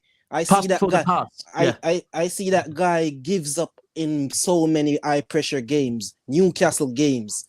He gives up in those games easily. When he should be doing something, get bullied by Joe Linton. They tried to do that to us the other day, like that Max Dowman. That guy cooked his ass. Bro, that's that no fear factor. Yeah, that's a no fear factor, bro. He was just playing without fear. He's like, oh, look, I'm gonna show you up. You can try and bully. As soon as the kid touched the grass, touched the pitch, he's on him. He's trying. But they are the special ones. I always remember like Dele Alli when he he got a look in at Tottenham because someone was injured in pre-season, yeah. And every game he started, he did something mad, right? If you're at a club, yeah, of a certain level and you get an opportunity, you have to take it. Like that's for me where there's a few, like Calvin Phillips at City is an example. I will always say that's all on you. Your failure is down to you because you had opportunities, you didn't take it. Whereas these young players, yeah, they play with no fear. How old is he, by the way? I think he's 15. 15. Yeah, 16. Yeah. The one thing I would say about people on Twitter and that, yeah, that's saying, like, I even actually one of my brethren messaged me saying, what do you reckon? Should we take him to the World Cup? And I thought, come on, 15 years old, you know. Man are doing too much. And a couple of pre-season games. Like, listen, he's good, but... Like, who said World Cup? Bro, my brethren messaged him. Because people go over the top, man. And this is the thing. You take him... Like, the one thing people need to know is... Maybe he said Emirates... He said the World Cup. He said the World Cup. And for me, the thing is more than anything in this country, yeah, is like the minute you start playing for England, yeah, the media are coming for you, yeah. The media are looking to ruin your career, yeah. Yep. So leave him be, yeah, and let Arsenal manage his development proper. Now, Ethan, I could see Ethan going to the World Cup. Like, yeah, I could see him going to the World Cup. For you, man, carry on. Hey, big up my guy Faz for the raid as well, man. Shout out to Faz for the raid. Everyone who's joined over, make sure you subscribe to Planet Faz. Go on, Rizzy. Anything else you want to add? Go. Back to Gyökeres. Go on. I can tell it's 100% a Berta signing. Arteta wasn't in the photo as he was posed up with Nani. He wasn't there to greet the guy off the jet. This guy is a fraud, bro. This guy's a fraud. He's there to greet Nani with open arms, but you can't be there to sign the contract with Gyökeres, the guys that's supposed to bring us the goals, the guys that is the difference maker. And also, people are saying, oh, he hasn't scored yet, but Arteta isn't giving the guy the minutes right now. People are saying he has to be eased in. But I get that to a certain point, but if you're a top striker in top form, you need the minutes, but sometimes you do what you do with any kind of minutes you get. But do you think Arteta's kind of right? So from what you've said there, like it seems like Arteta's getting a bit power hungry, and that he's pissed off that he didn't get the man he wanted, and so you're right, bro. Listen, he should be in the pictures, in it, right? Secondly, are you thinking he's going to take, like, if it was Sesko, he would have been thrown straight in the deep end. But because it's Gyökeres, he's going to find a way to limit his game time and try and maybe... Is that what you're thinking? Yeah, exactly. Because Sesko was his first target. And he won. I don't know. He probably had some obsession with Sesko and Kai Havertz linking up. I don't know what that sounds crazy to me, even thinking about that right now. Bruh. I see Man U fans too talking about Sesko rejected us, bro. Come on, man. Come on. I don't want to get it. I don't want to get in the prices stuff and the negotiation stuff, but that guy didn't reject us, bro. Do you know what? I don't live my life on X, yeah. But one thing that I actually would, because I was waiting to see, yeah, and I haven't seen so far, was the minute you lot got Sesko, I was waiting for Arsenal fans to be trash talking him ridiculously, and I was going to think, nah, you have to be careful with that one because you lot wanted him for. But so far, I haven't seen that. To be fair, I'm intrigued by Gyökeres and Sesko. Like, I think Gyökeres, like I personally think Gyökeres will get, like I've said, he'll easily get 20 league goals this season. Right? I don't think that's difficult because he should be, unless you're saying Arteta has an agenda against him, he should be like one of the first names on your team sheet. Yes, no, bro, because 100 facts. Because if the amount of chances Havertz miss, I know he's not missing those chances. Yeah, and that's the thing. There's 38 games in a season. Yeah, all he needs to be getting is a ratio of about 0.55 or something like that. Yeah, and he's getting 20 league goals. I think with the amount of chances Arsenal create, I think he should cook. There's question marks on him, but this is the thing. There's question marks on every player, isn't it? Like, really and truly. Yeah, that's what you have to. Of course, you have to limit it, but I do think Gyökeres does well. And like you said, Rizzy, it will be. You made an interesting point in regards to it because Arteta didn't want him. Let's see how Arteta do, because that's been a topic of conversation. It's like, will Gyökeres start? Does he start straight away? Does your Arteta start him? He doesn't fit the system. He don't play well, and then he drops him, and then Havertz is playing up top, or someone else is playing up top. So, go on.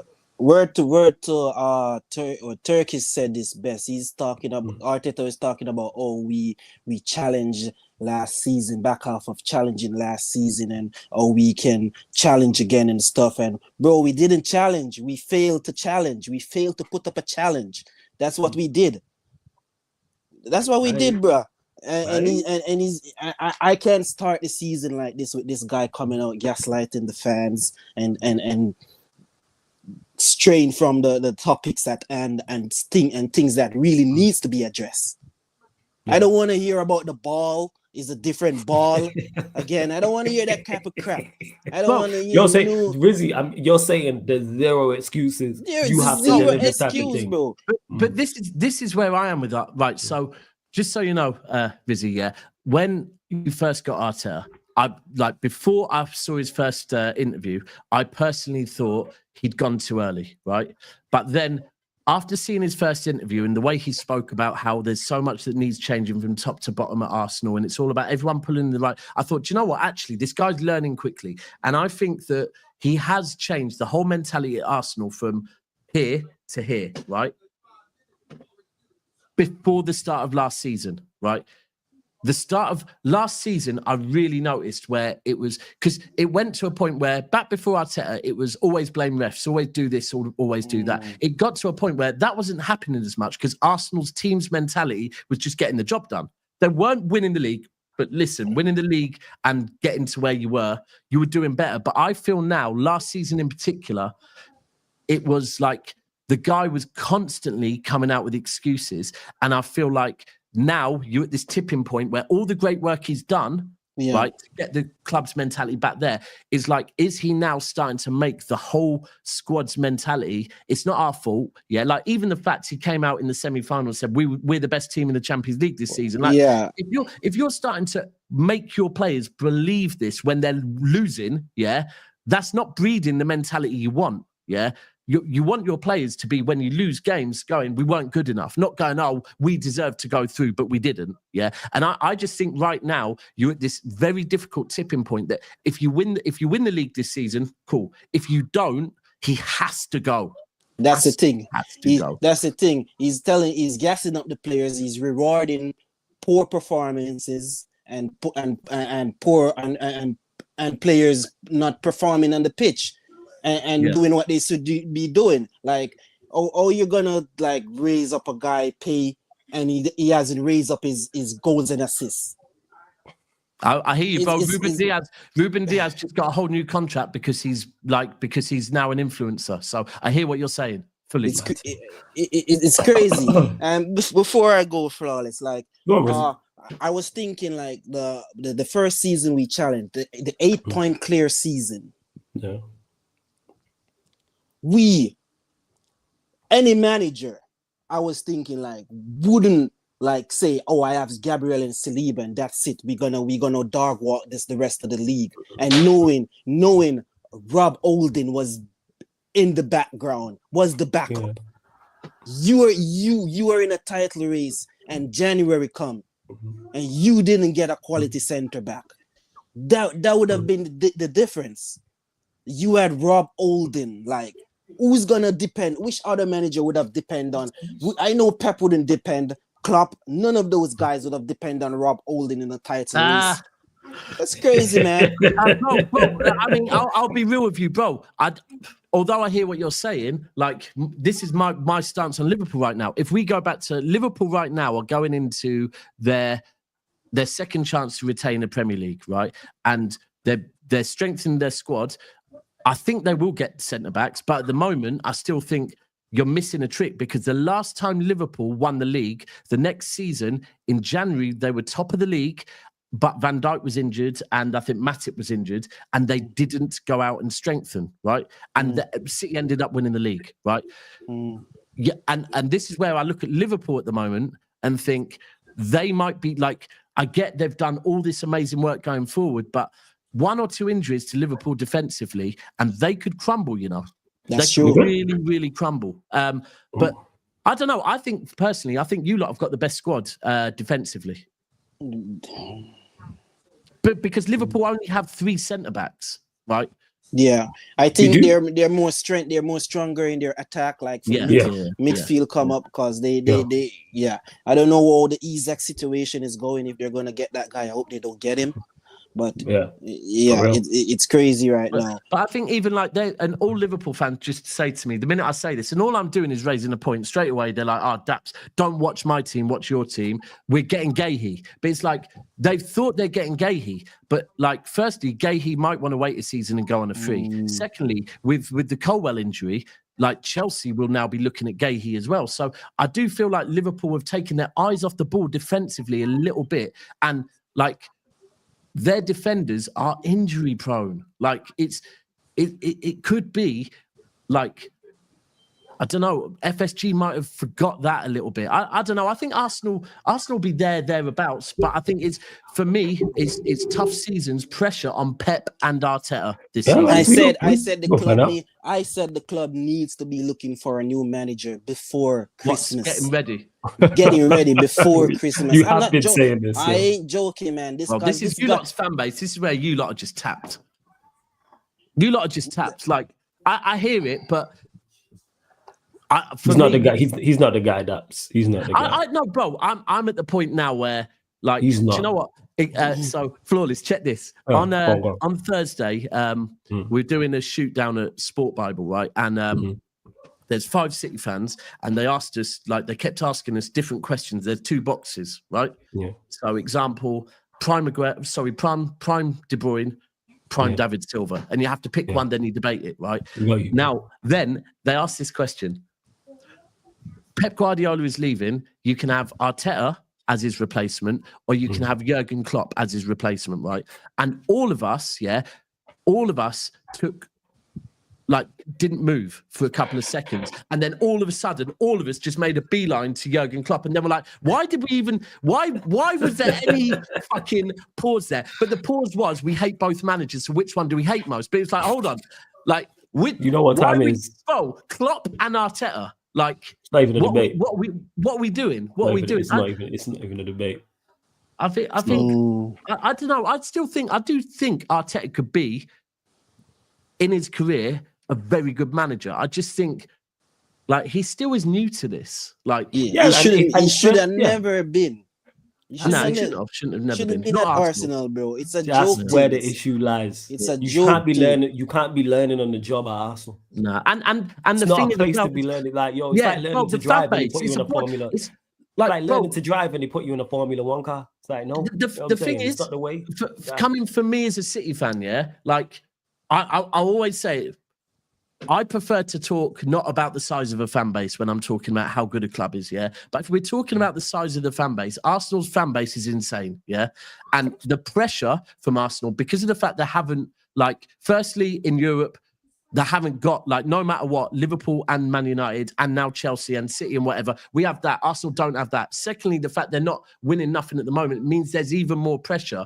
It's not a good thing for him. But I do also think that because Arsenal's fan base and social media have gassed him up so much, he believes his own hype too early as well. Like, he hasn't really earned this hype that he has. Like, think about it. Think about Pep's first season at Barcelona. Bro, he did a treble. Yeah. When you start thinking about reasons why managers get the props they get, they earn it. Arteta, and also, with Arteta as well, because he did better, even though they haven't been successful, because he did better than expected, people gassed that up as well. Yeah, because I didn't expect him to do what he, and again, he's done a good job at Arsenal. Okay, look at this. To leave. Go on, Rizzy. Look at this from my perspective, because people, the fans that are the delusional ones that are gassing him, if the only way I would be gassing this guy if he went and won another FA Cup. When we were in the Europa League, he had won it, and we had, out of the 2 seasons we had challenged, he had either do a double or won one of those league titles. I would be gassing this guy. Yeah. I wouldn't want to be hearing nothing from nobody right now. I would like my manager delivers. Yeah. Yeah, That's the key. I'll be on that type of energy. Yo, Rizzy, I fully hear you on that, but yo, Rizzy, gonna let you go, gonna get to the rest of these calls. Big But up, big up, man. Daps. Every time. Love. Hey, Rizzy, appreciate you, man, always, man, because you're always supporting. Do you want me to dip as well, or am I right to chill it for a bit? Blessed. No, you can chill if you want to chill, fam. You know what I'm saying? Totally up to you if you want to chill. I'm going to run a Q&A after this anyway, so if you want to join that, feel free. I'm going to just get to the rest of these callers and then run a Q&A straight after. If you want to stick around completely. I say, people, you lot see you got my like rants in the chat. Shout out to my G Rants. Make sure you subscribe to his channel. Got Daps on here. The last fan calling show we did on Monday, not on Monday, it was on Monday. Lee Gunner joined. So the same way you joined this one, Gunner joined as well. But we're going to keep it stepping. And Rants, you got 2 weeks. Oh yeah, Rants go mash man up. You already know, man. You lot make sure if you can't make it to Cardiff, if you can't get a ticket and be in the building, buy the pay-per-view for Rants. Is about Saturday the 23rd of August, people. The pay-per-view is only £5, people. It's in his bio on his Instagram. It's underneath in the description on his live streams as well. So go support. I will be there. I will be in the building, people. You going, yeah? Big up my guy Paul. Yeah. I'm there. Cardiff's tonight out as well, you know. Cardiff's tonight out. It's literally the day before Carnival. So yeah, man will go there and then just go Carnival afterwards. I'm in Marrakesh, so I can't go. Yeah. But yo, enjoy though. Yes, sir. 2 weeks till we make American pancakes. You already know, Rants. Man already knows you don't stop him. And big up to Paul, says AC Milan are working on the deal to sign Højlund. Manchester United want 40 million. Milan are prepared to do a loan with a 35 million buy option. Højlund wants to stay, but Manchester United prefer to sell. And that's from Ben Jacobs. Yeah, appreciate that, Paul. Appreciate that. You don't keep it on the road. Where this happens, actually, we got 2 City fans in the building, man. Big up man like Ak in the cut. Yes, Ak. What are you saying, man? You good? Yes, Paul. First of all, big up, Daps. How you doing, man? How are you doing? I see you in the chat all the time, so it's nice to put a face to a name. I always see you in chat on City Channel. So welcome. Big up, Ak. What are you saying, man? You good? Oh yeah, I'm all good. Yeah, Friday and all that. Did a bit of shopping. Got some new jumpers and a hoodie and all that. So it's all good. Nah, I hear you. So yeah, talk to me. Obviously, City. Daps has mentioned it earlier about the Rodri injury and Rodri not being right, Pep, etc. Where do you stand on it all? If Rodri is not there, do you expect Pep to turn it around? Talk to us, man. Talk to us. I think if you ask any City fan right now, look, last season we still managed to make top 4 despite Rodri being injured. So I mean, Daps also knows this. Even without Rodri's Rodri's presence, we still managed to make top 4 with his to the skin of our teeth. But yeah, it goes to show that Rodri is a very important piece in our midfield, and we should have acted earlier. We should have gotten the reinforcements earlier when Rodri was actually. It should have been last summer, bro. Should have been last summer. Yeah, it should have been. 100%. It should have. Yeah, should have been. I feel like Khaldoon. Yeah. I always remember a Khaldoon interview. It was the season of the Centurions, and he said that he'd learned from Manchester City had learned from the previous 2 times they won the league, where they didn't strengthen well enough. They just bought squad players, and it wasn't good enough, right? Because everyone else is playing catch up. And then for the last few years, that's what we've done, right? We've always made sure that even though and this is what Liverpool have done this season, even though they're champions, make sure that you don't drop because everyone else is already playing catch up. And I do feel like last summer we took our eyes off the ball. Look, right now is a rebuild year, but I think the problem we really have is that we are still trying to run the club correctly, and we've got even though we brought in players, we've got players that are stuck on contracts that people aren't coming in for them because.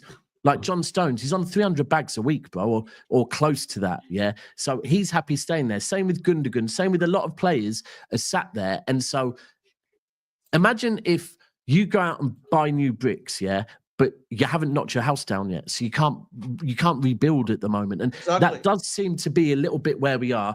The Rodri thing, look, bro, I personally think that I'll always use this when I speak to people and say, the start of the season, we had 6 games without Rodri, 1 or 6. Rodri got injured against Arsenal in his first game back. And then after that, we won the following 6 with Kovacic at DM. It was only when Kovacic got injured and all of our defenders that got injured, right? But ultimately, whatever the reason is, that knocked our confidence, right? And our confidence is now different. So whereas back then we were rolling with the momentum thing, maybe we didn't have Rodri, but now we're a wounded animal where people play different against us. And like, it is a worrying time as a City fan, because we look at United and think we don't want to have another bad season, because Flawless, you've seen it. One bad season into another bad season. All of a sudden you can spiral out of control real fast. Real the Rodri thing's a big concern. But I'm going to keep saying this, bro. Our season is all about Pep Guardiola, right? Because I still think we've got a big enough squad and a good enough squad. I just had this argument with the gal. He was saying City's midfield is not balanced. Now, if I look at it, we've got Rodri, Kovacic, Nico Gonzalez, and maybe then Gundogan and even Bernardo, who can all play a deep role. We've got Reinders, Nico Gonzalez, Gundogan, we got Reinders, that can do the box-to-box role, then we've got 10. So I think we've got balance. The problem is Pep's team selection. And that is going to be, like, I think our squad's good enough and big enough is if Pep can fucking pick the right team at this point. It sounds mad questioning him, but... Were you saying that? Can he pick the right team? Were you saying that? Can Pep pick the right team? You're on mute. You're on mute, bro. You're on mute. You're on mute. Oh, sorry about that. Oh, good, man. Again, streams are hooked from my end. I apologize. It's cool, man. Don't worry about it. Yeah, I was about to say this. Dabs, you do make a very interesting point too. I mean, look, if you look at our midfield right now, we are stacked. Yeah, with our 2 midfield signings, plus we got a proper left back, and we already got a goalkeeper. Now all we need is a right back. All we need is a right back now. And also the defensive partnership. We can someone make it work. We can try a Guardiola partnership. Oh, let me ask you on this, yeah, because for me, right, my biggest issue is the way Pep plays exposes Ruben Diaz, yeah, without Walker, without pace next to him. Without a right back that actually can read the game properly, it proper exposes Walker. Now, what do you think? And this is just me thinking off the top of my head, but I think Vardy Diaz is a good partnership, yeah? I think if we had Vardy Diaz, Kuzanov as a kind of back 3, right? Then you have Ait Nouri on the left, and whether it be, you can have Nunes on the right as a wing back, right? Because all of a sudden, if you take a player like Nunes, or the other option is Bernardo Silva, a player that is better as a midfielder, but when you're a wing back, all of a sudden, if you've got Kuzanov backing you up, yeah, with pace as well, these are the type of things right now, and I'm not saying this is the answer, but this is what I need to see Pep do next season, right? I can't see Pep just play the same fucking back 4 and just hope that it clicks with Nunes, right? We need to see Pep trying something to make it work, like, because this right back thing, I'm not saying we must go and break the bank for him, because if the club don't want to do that, the club don't want to do that. But that's now on the manager, right? Cool. You've got multiple players there. You've made it work before. It's on you to make it work, bro. Or maybe you have lost your mojo.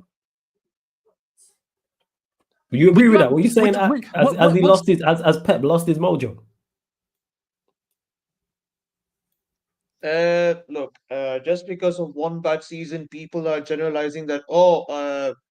Pep has lost the dressing room. Oh, Pep has been found out. Oh, Pep is washed. Nah, I mean, look, with all due respect, look, it's just one bad season overall. Yeah, and if you look at the past 10 years, if you look at the past 10 years since Pep took control of the team as a manager, and yeah, well, obviously he was in charge of getting in the likes of, getting in superstars in the team, and He has been impressive. Yeah, he has been impressive these 10 years. But Of course. I have Come to on, say bro, right question now, him. Question it. I feel like you want to question him. I'm asking the question, though. I'm just Yeah. asking the question. Is it time to question him? That's all. I'm not saying you should or you shouldn't. I want your opinion on it. I know that's your goat, that's your guy, but and what he's done is unquestionable. He wanted the goats, but is it right to be questioned? Because he's under a lot of pressure this summer. And if Liverpool do sign Isak and he doesn't win the league, then what? Bro, do you know what? I feel like, right, people have made it that if you question a person, you want them out, yeah? And like for me, the one thing that we can say factually, yeah, is like, so right now, Arsenal fans are questioning Arteta, right? The one thing that Arteta has over any manager in the Premier League is the right to prove us wrong, yeah? And that's, and by the way, I am questioning Pep and worrying, but I also have faith in him turning this around, yeah? But if he doesn't, then it does get to a point where just because you say it needs to be, maybe it's time for Pep and City to part ways, yeah, that doesn't mean you're saying, Pep, get the fuck out of my club, right? That's the key obviously thing. not. Because, but bro, it's obvious not to us that love City. There are people out there that will instantly be saying, Pep, you fucking fraud, get out my club. We saw it when we lost to Real Madrid, yeah? We saw it, yeah, on Twitter. It's disgusting. Taps, on Twitter especially. Yeah, 100%. But I do. This is where I say, like, I think this season is on Pep, and you've got enough players there. You've got old guards, you've got new players. Yes, you haven't got a right back, but you know, when people think you have to have a perfect 11 to win a league, I don't really think anyone's had a perfect 11 ever. Like, he's got to make it work, man. He's got to make it work. Would you have, bro? Let me ask you, because this is one that properly intrigues me. Would you drop Ruben Diaz? No, I wouldn't. Fair. Would you give some? Would you like to see Nunes at right back still, or would you like someone else to be given a chance there? If we don't buy one, let's presume we're not buying one.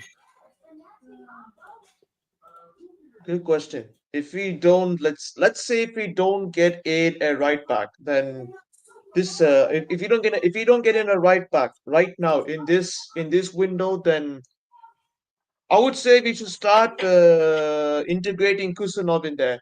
Yeah, I'm with you. We should.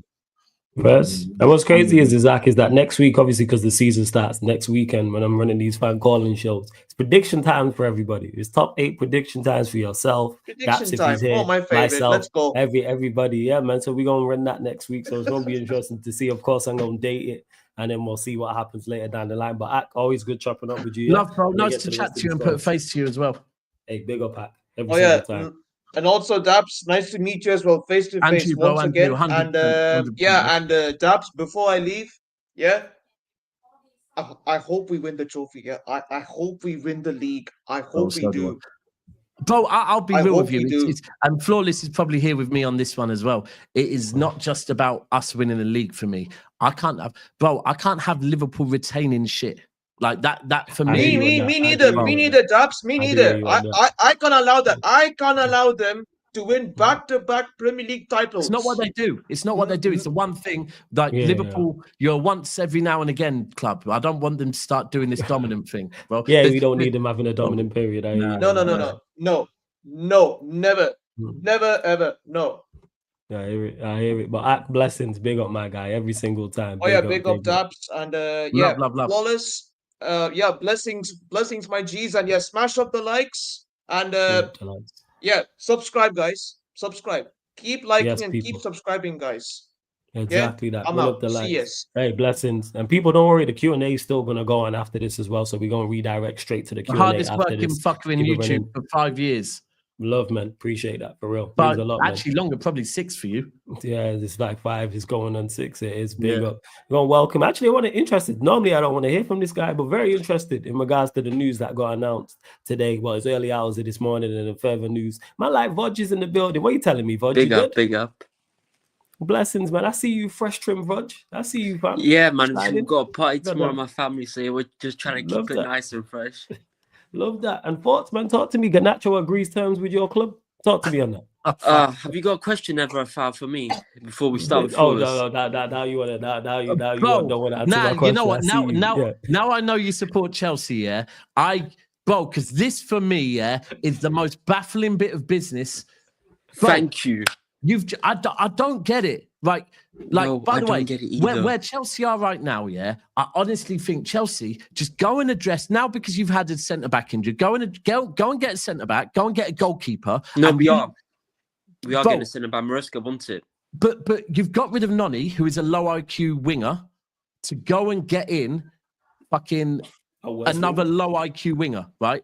It's like if Garnacho doesn't work, what are you going to do? Go and get Doku? Like, it's like, No. You just keep getting these players that are the same, just different, right? No, they're not even different. Like, I don't get it, bro. I don't get it. I don't get it either. I don't think he's going to start for us. I think they're going to loan him for 1 year and they're just going to bun him off to Arsenal.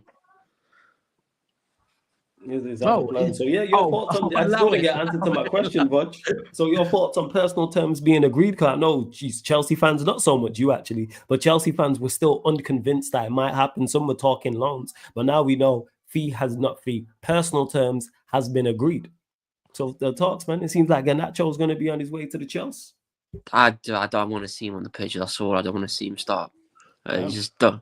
Bro, if you send me a shot of Garnacho of Chelsea, I swear down. I got you. Why do you want a Garnacho shirt? If you want a Garnacho shirt, I got you. Chelsea. No. Hell nah. Yeah. Flawless. It's like Mandem FC are going Transformer. It's crazy. Well, that's crazy, yo. This guy is mad, yo. This guy is mad, yo. This guy is crazy, yo. This is so unnecessary, yo. This guy, you not see the Bible. You not see the thing. But yeah, Budge. What else is going on with you? Look, it's Garnacho, Javi Simmons. What else is going on? Oh, my bad. I think that's it. We're trying to push for both players, so I don't know who's going to be, but I think we're going to get. Here we go for Garnacho first, then Javi Simmons. Mm-hmm. It's mad. The Garnacho one. How much is it? The reports, the fees is like it's saying that they don't want to pay any more than 30 million. So I think it'll be somewhere anywhere from 20 to 30 million. And then what I've heard is phenomenal business for us. And what I've heard, there's another value that they value, Man United value at 50 million. I'm like, I pay 50 million. I saw that. That is in the 55 I saw, yeah. But I did also see you, man, are asking for 80 for Jackson. So I mean, 80 for Jackson. Well, 50. These ones 55 for Garnacho. I'm sorry, but like, for me, right? If I look at when Amorim arrived, and you had Rashford, you had Garnacho, right? And for me, both of them are kind of similar. That I feel their decision making of both of them, they're both quite low IQ footballers, right? I think both, like Rashford, when he's confident, my man can be a gunman, but that hasn't been for a while. But I think both of them are quite low IQ. I feel like the reason why Amorim was Rashford go, Garnacho stay was, I think, maybe because of the age thing. He thought, Rashford, you ain't going to listen to me. You've got your own way of doing things. Garnacho, you're still younger. I can influence you. Now, after 9 months, he's gone, actually, now this guy, I can't influence him. Because that's my whole thing with Garnacho. I have thought the guy's talented, but his decision-making is so, like, someone needs to tell him, you don't always need to get the goal or assist. You can be the pass before the pass, right? But the fact that Amorim, after 6-9 months, has gone, nah, you know what, actually, my bad.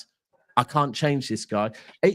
Bro, it's one of them confusing signings. Like, I don't get it one bit. Like, hey, shout out Chelsea, man. That's all I got. Fuck you for us. How about that? Yeah. Hey, what Alejandro Garnacho for you, mate? Run me my money. How about that? I know it makes you think that some of these clubs, are just actually helping each other out, like doing this PSR thing. I think you're giving them just too much credit. I think clubs just make bad decisions. That's what it is. What are you seeing in Garnacho, bro? Like, what are you seeing in Garnacho? They just make bad decisions. It's like me letting bad decisions.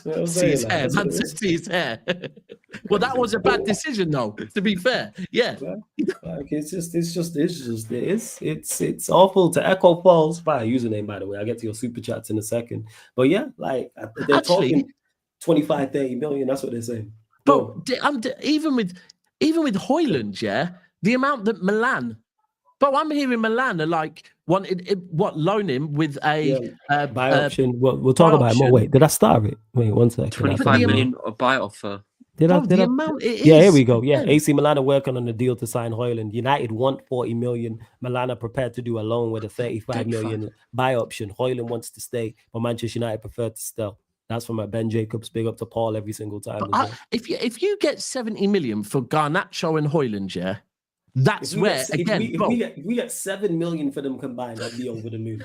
This is where you're looking at Ineos going, do you know what you're doing? How can you be getting that for them two players, bro? Hey, I don't know either. I have no idea. I don't know.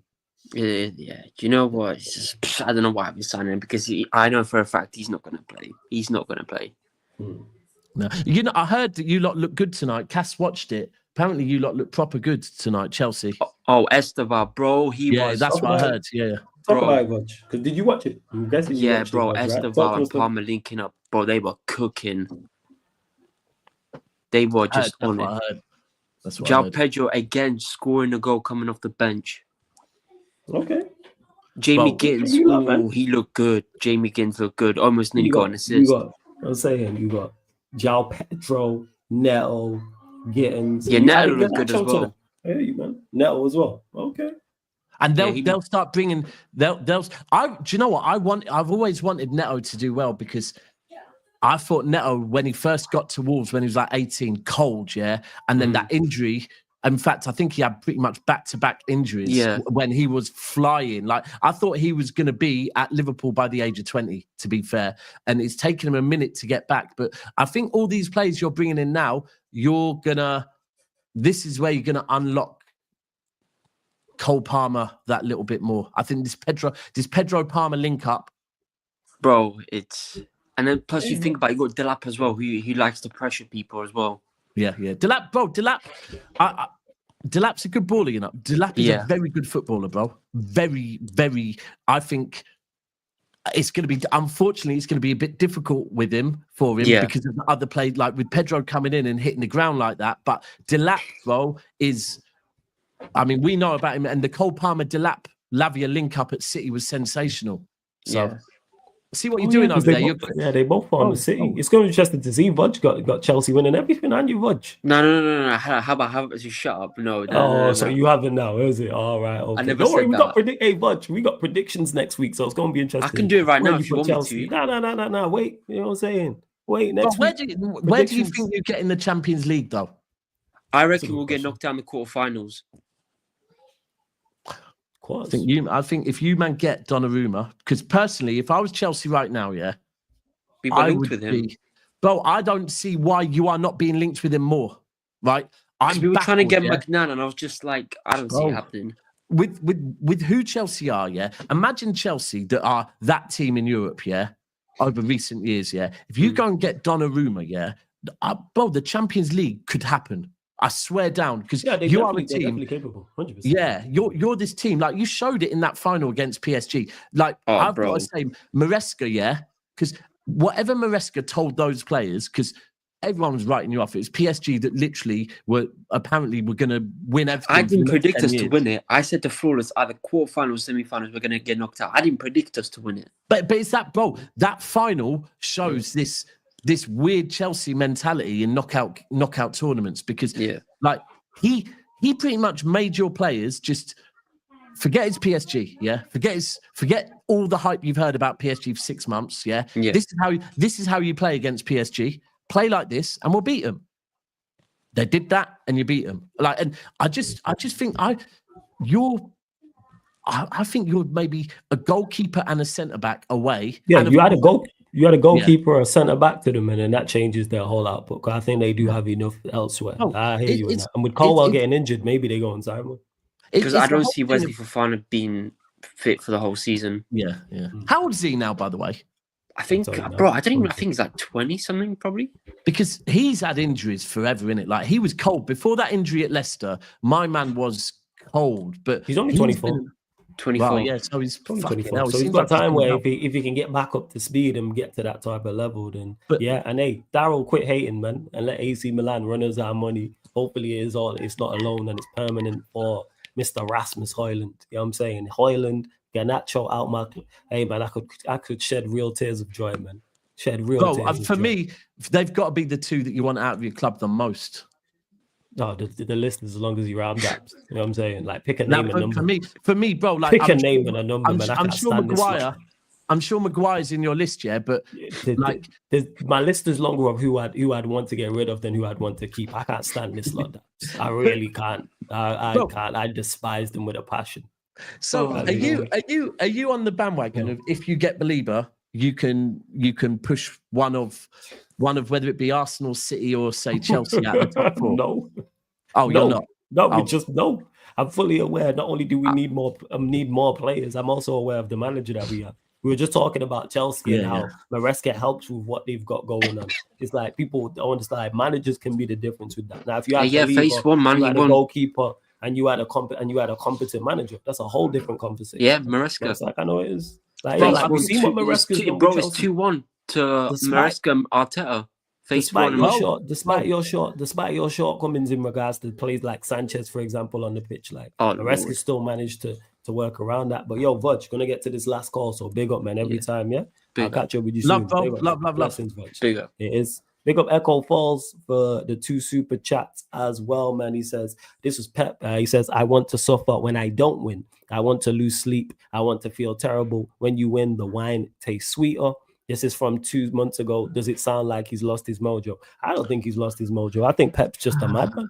Well, that's why I've said this already. I expect City to do well this coming season, mainly because of it. It is one of those things where I'll always go back to first season Pep, yeah? And, you know, first season, everyone was saying after that, Pep can't play the style of football he wants. It will never work in England. Second season, we got 100 points, yeah? There's been a lot of changes at City, but I will say, bro, Pep, in a recent interview in Spain, he confirmed that after City, after this, he's got 2 seasons left. After that, he's retiring.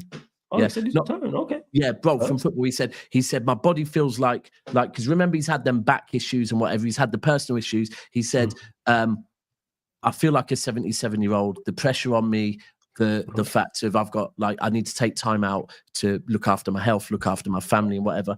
He does. I think that's why we brought in Kolo Touré and Pep Linders. And like even in training on Tuesday, the open training, bro, you could see Pep is there. He's involved and he seems happier, but he's allowing Pep Linders and Kolo Touré to do a lot of the talking. Like, you have to, because you do have to switch it up. I hear that. But Echo Falls, big up for both super chats, man. Big up for both super chats. Big up to all the callers as well. Gonna get to the final caller, member of the channel as well, man. Like Carl is in the building. Yes, Carl, what are you telling me, man? You good? Hey, what's good? What's good, Flawless? What's good, Daps? How you doing? What are you saying? You good? I'm good, man. I'm good. I'm an admirer of you, Daps, man. I appreciate your work. You're one of the only City fan that I can't tolerate hearing. Really?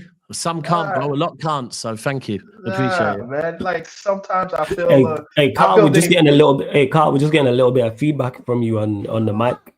So should I bring down my echo? Try that, or either disconnect try the echo thing. If not, disconnect the wireless. Well, I've just seen Carl. The end of it says LFC. Okay, I'll play nicely. Now you've given me a compliment. I'll play nicely. Oh man, is this better? Yeah, that's a bit better. Where are you based?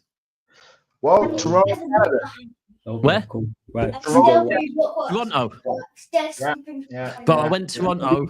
When would it have been? I think it was. So what were we? 2025. I went to Toronto 2019 for Caravana. Okay. Well, Toronto it's for not me. The same. It's not the same. It's not the same since the pandemic. It's trying to get there, but it's not the same because lots of people have moved away because again of the city got a little bit more expensive. So it's not as the same. Yeah, but it's still a great city to come through. Well, do you know what I love for English in particular as well? Yeah, because like I remember the first night we went out and straight away in the club, we're hearing as much UK music as we are like American music. Like the love that Canadians show to English music is mad. It felt like it does proper feel like I mean, Mad City as well, by the way, very Mad City as well. I think you could view it that way, but I think from a Caribbean standpoint, you could view it as in it's still the same lineage, the same I hear that. I hear that. Jamaican and all of that. Yeah. Bro, so it was because it was Caravana, right? We were staying in a beautiful, beautiful hotel in downtown, yeah. But it was like for downtown Caravana is big. Downtown is big, but okay, we'll allow it. For Caravana, yeah, the hotel, which looked like some old school, proper, beautiful, bro. It was just lit. It was just turning up everywhere, bro. I couldn't stop looking everywhere. Like, well, it's actually happening now. It's women. Actually happening right now. It's actually some of it is happening right now. But again, but we're here to talk about football. Talk to me, man. Your thoughts on there's been. Go on. So you're gonna say, go on. But before we start, because me and Dabs, we want to have champion discussion, but we'll allow it. You and I have been having a hope situation. Do you have hope right now? Who? You, Man United. Hope. Remember for the first time we had discussion? You know, I was telling you, you told me all this, and ironically, it wasn't because of you. It was someone after you I was going back and forth within the chat. And then when they was giving me their argument, and I was trying to figure out where the argument was coming from, and they came with hope. Hashtag nope to hope. Nah, I don't deal with hope. Done told you this. I deal with logic and facts of the situation and balance. Yeah. And what I see, you know what I'm saying? That's what it is. No hope. No. So there's not a hope thing. I like what's going on. What's your prompt for me? Yes. Say again. What's your prompt for me? You were about to ask the question. Yeah. Nah, but I was just going to ask you about Isak and that situation. What's your stance on it? Obviously, I know, but has it changed is what I'm asking. It hasn't changed. I want the player in. I think I'm right now more. He just needs to come in. I don't care when he comes in. He just needs to come in during this this transfer window. That's all I care about. Or even I wouldn't even bother if he comes next January or even next summer. I'm not that bothered when he comes. Isaac, yes. I think we do have some more business to do, especially at center back. Bro, I'm glad you mentioned the centre back thing, because that is a thing. Bro, do you know what? Right. Maybe if I spoke face to face with Liverpool fans, when I say it, they don't just take it and just, because I'm getting T-shirts made at the moment with hashtag rattled on, right? Because all I get is the minute, and by the way, I'm embracing it as well, because I feel like rivalry needs to be a thing. I'm sick of seeing rivals glazing other clubs and whatever. Like I've even got City fans that glaze in you lot, right? Yeah. But when I simply mention the fact that I feel you need to, like, your window can only be rated as a 9 or 10 out of 10 if you address the centre-back situation. Straight away, I just get daps. Concentrate on your own club, yeah? And it's like... You're even too fair.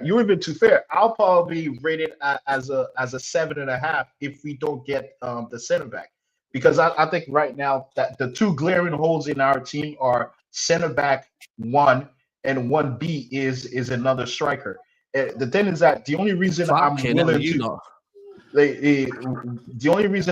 to forego the striker if we're not able to get Isaac this window, and I don't want I don't want to buy a Wissa. I don't want to bring anybody.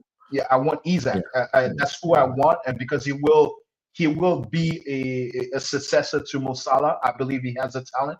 And be able to do it. So that therefore, I'd rather we suck it up for the next 4 or 5 months. It's one of those ones where the back is more important. It's one of them ones where Isaac has made it very, very clear. Yeah. He wants Liverpool, right? Now, if you go and spend the money elsewhere, right, and that could mean that, like, because I think what Liverpool have done is quite clever, because I think they've shaken the nest to a point where, like, the eggs are falling, right? But Newcastle, I think, will probably go out, give him a new contract, to make him happy for the next season, but with a release clause in there that means next season he can be a Liverpool player. I think, like, because I think ultimately... To me, I wouldn't take that. I wouldn't take that. Because I think, depending on the price. depending on the price of course, the of price that, is relevant. of that, But, yeah. but I think right now, because of how bad Newcastle's PR is this summer, their PR is the worst PR I've seen for a club in a long, long time, right? Like they're at risk of losing other players because but it's self-inflicted though. It's self-inflicted. I agree, bro. It didn't have to go through. They had two options. They had two options. Allow me, Dabs. They had the option of acting like a big club, not even a big club. Like almost kind of like, first of all, the biggest mistake was not taking Isak to Hong Kong. They should have by Crooks, even if he didn't do shit there. You should have just parade them up there. And second, before you even come back, you say he needs to work to get back into the squad. Stupid mistake. He has done way too much for you to say something like that. You should have taken your arms around him. Bro, you take Isak to Hong Kong with the rest of the squad, right? The rest of the squad could quite easily, you know what? Yeah, I forgot about the vibes. Because vibes is a thing. People want to be happy at work as well, And they built a lot last summer. And then he would have said, you know what? Yeah, I'm going to see it out another season, By not taking him, but then asking the players to reach out to him. Bro, there's come on, what is that? It's just they've gone about it very wrong. But I feel like men's don't talk on the phone. Men's don't talk on the phone. Exactly, bro. This is I tell my girl, don't ring me. We'll speak when I meet you. Yeah. So there you go. But I just think like with it, they need Newcastle have to, if they sell him, they've got to sell him for a good price to just do the PR thing for their club. Yeah. Yes, to make I think that's the only option they have. They need to sell him at a great price. But here's the thing, bro. But here's the thing. Right now, Liverpool will be thinking, right, for us to get Isak, 150, I would not be surprised. He's not going there for 150. Right. So here's the thing. I would not be surprised if Newcastle, because ultimately, if Liverpool, which Liverpool have said they're not going to come back in with another bid, So at this point, Newcastle are sat there with a player that have Liverpool said that? Yeah. They're not coming because they want a deal. They want to make a deal. They want to make a deal. They're going to make another bid. They went low, and then Newcastle was so quick to come back, that basically, and Newcastle did this with us and Livramento, and we just fucked off, right? Liverpool have said, okay, cool, don't worry, right? But now Newcastle have a player that is unhappy, that is not integrated with the team, right? The only way to get Isak happy, I think, is either ultimately, I think, is if they were to go, do you know what? We'll give you a contract extension, with a release clause for next summer, and we'll pay you more.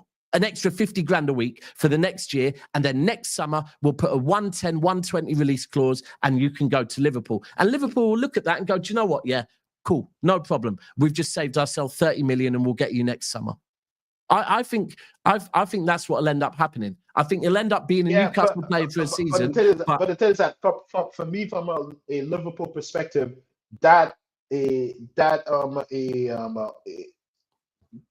what's it called? That 120 million that you're talking about in the contract, that invites too many others to come bid.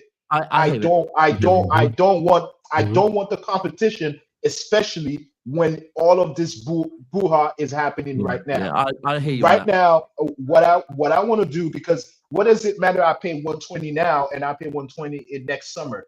I don't care. I don't think you'll get him for 120 now because of the have to get like the one point they could get is we got big money for him, right? Yes, but the thing is that what I mean by whatever the difference is, whether it's 10, 15, or 20 mil different, I'd rather eat it up right now. Yeah, I hear it. Because next personally, summer, I don't think we're gonna be spending that much next summer. I think our missing in the window. What? Right. So Sweden, I don't know if Sweden could qualify for the World Cup or not.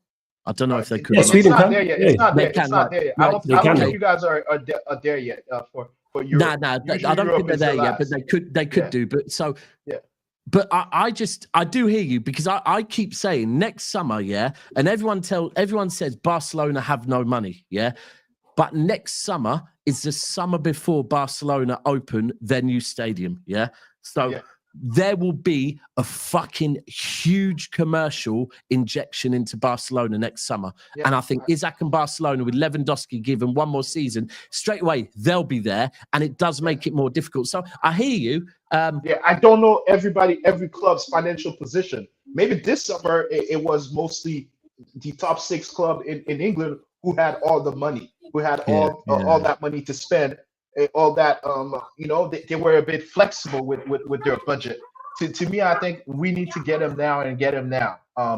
All this thing. Talk about Kane. Do you know what? Kane would actually next summer might be about the time that maybe Bayern might start looking at replacing Kane as well. See, that there's the issue that they have. There's so many, because you got Barcelona, you got Real Madrid, he'll probably be cheaper. He'll probably be cheaper than 120 next year. He'll probably be cheaper than 120 next year. The only thing is, it would be cheaper, but then every club that comes in for a player, it probably puts an extra 5 or 10 on, because it's a bidding war. Right now it's a bidding war. It is a bidding war, but I'm saying is that I think it will be cheaper in the sense of how the payment plans would look, the payment option. Maybe. I think right now, while the money's there, you've clearly got the money. So like to me right now, like next year Bayern could come in and give him a 3 payment option of 60 here, 60 next year, blah blah blah. But right now, even the 110 mil is a good payment. Why? Because we're giving them most of it up front. There's no you're getting your money. It's a terrible deal. It's a terrible deal for them. For Newcastle. For us, it's a little bit. For you, it's a great deal. No, I'm saying 110 for Isak is no. The 110 amount is not enough for Newcastle. But in terms of payment plan and the injection of cash into their coffers, into the budget, is good for them. Hey, you have to stop being cheap and pay the money, man. Is, I'm saying you Liverpool are jokers, man. Hey, man, come on. To get him on the cheap. Who told you? Have you ever paid full price, man? Come on, never pay full price. I was speaking with Pete Davey. Who's a Newcastle United fan, and he was talking about, like, obviously, of course, he was doing the positive. Like, the positive from this is, if we get 150, then the way that PSR works, that would mean we've got 600 million to spend over the next couple of seasons or whatever, yeah? And he was saying, if you think about Liverpool, Coutinho, and how they use that money. Now, I hear what he's saying, yeah? But first and foremost, where Newcastle are right now, yeah, next season could be a huge season for them, right? In the growth of Newcastle, yeah. So firstly, that's great over the long term, but over the short term, it's a fucking awful deal. Secondly, Liverpool with Coutinho money, Liverpool with Coutinho money, right?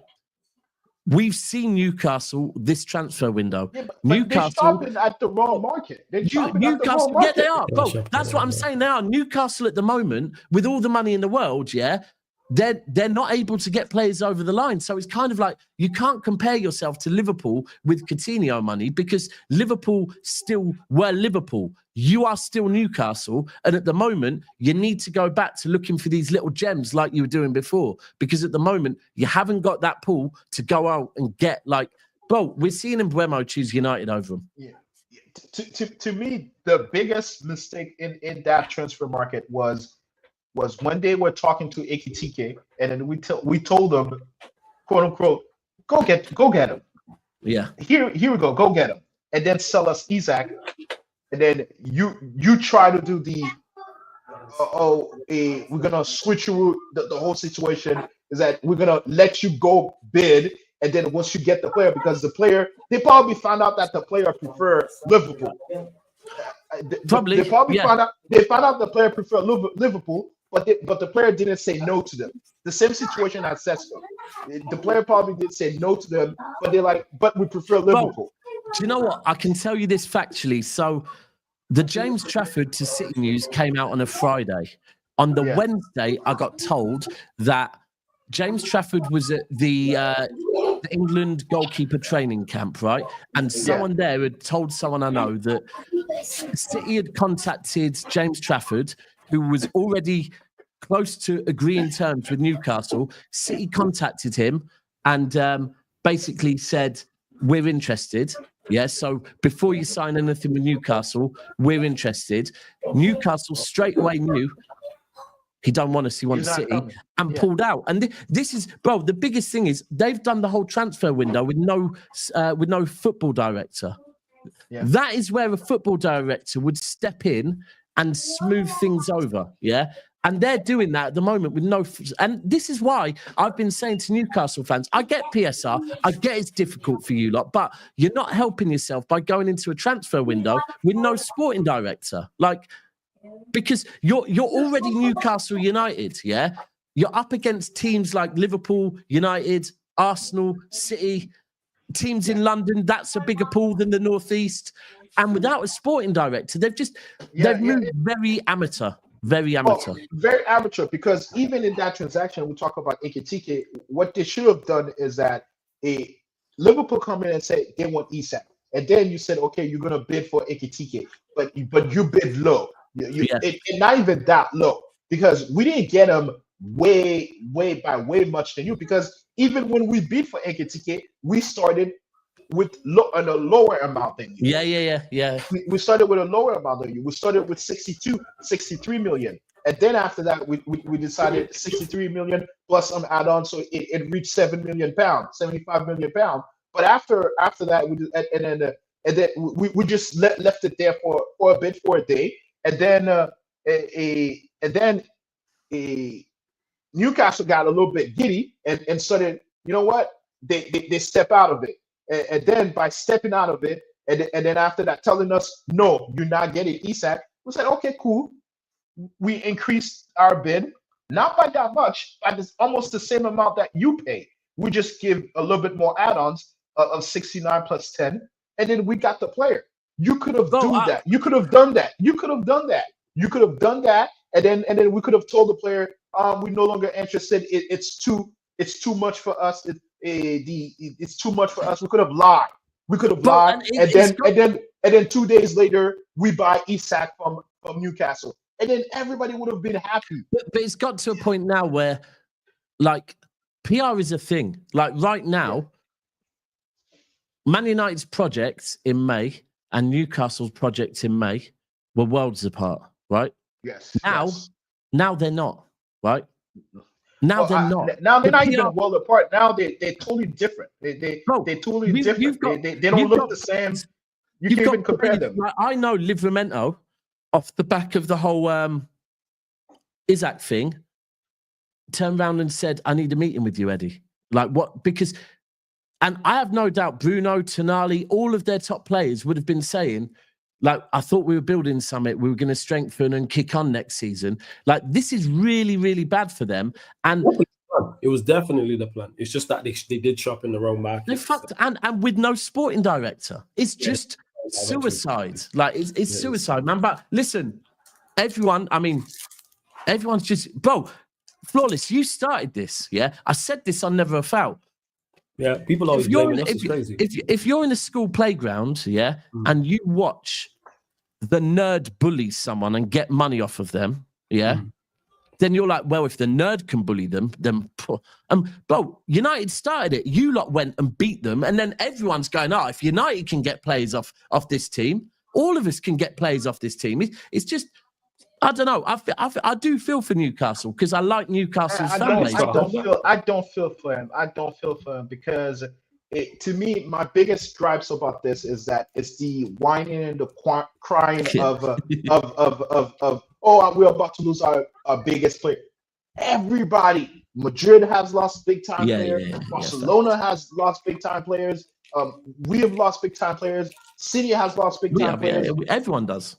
Everyone does. I can't stand the crying, especially sometimes I do get some feed from Talk Sport and I'm listening to Newcastle fans. Oh, that one guy. Oh my God, bro. that guy.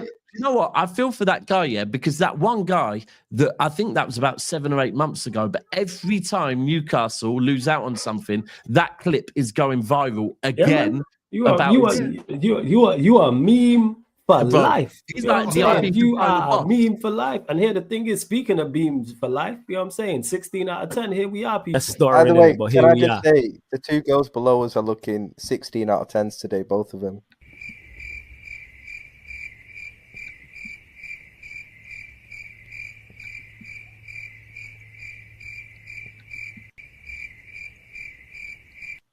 Right, big up the panel. I told as for Yo, you will be a meme for life.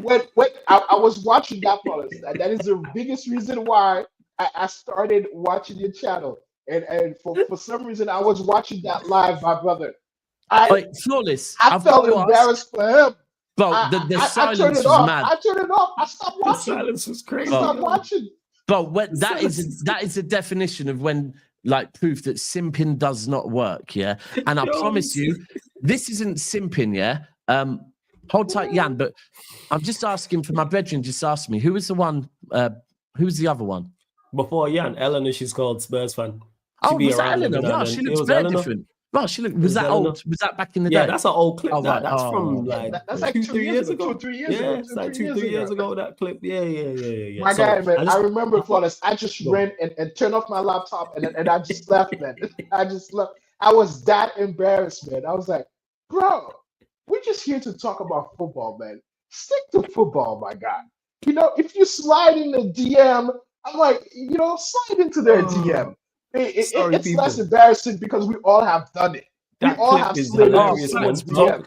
Talk about memes forever, man. Oh yeah, we've all crashed in It's burn. not that embarrassed. It's not that embarrassing. embarrassing. The thing is, Carl, there's a way to crash and burn. That's what it is, man. There's a way to go out, man. And there's always a brethren like Flawless that will clip you. Hey, the crazy part is I didn't even do that clip. That's the maddest part. What's more embarrassing, that he rated it 16 out of 10, or he started the conversation that way? Is it the 16 out of 10 or the start of the conversation that way? People, if you want the origin of the actual video itself, so not just the clip, the whole build-up, it's on the Clips channel. It's literally, it says 16 out of 10 origin story. So you see the original, you see why it happened, you see the build-up, you see the actual execution of the line and the aftermath of the line as well. Big up to Ryan O'Shea. Yeah, is he still about? As well. Who? Ryan. Yeah, he was in the chat earlier. Yeah. Okay. He was in the chat earlier. Yeah, he was in the chat earlier. I don't know how he came out of it. I would love to know how he came out of it. It's been 2 or 3 years now. We need to put our arms around him and talk. I don't know. Nah, man. Some people just can't be helped. Some people just can't be helped. But Carl, go on. Last point. Anything you want to add before we close out and then we get over to the Q&A? Before we close out, we're going back because again it's 1 week from the start of the Premier League. I think our biggest competition is obviously you lot, City and Chelsea. I don't respect Arsenal.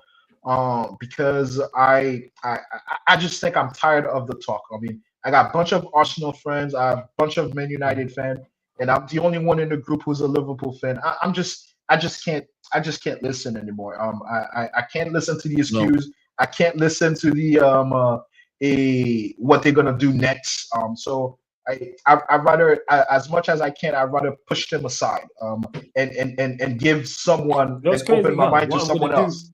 Because the season's starting next week on the fan calling shows, and all during the week I'm getting top 8 predictions. Well, you should probably want to start Thursday instead of Friday, right? Thursday. No. I'm gonna start from Monday.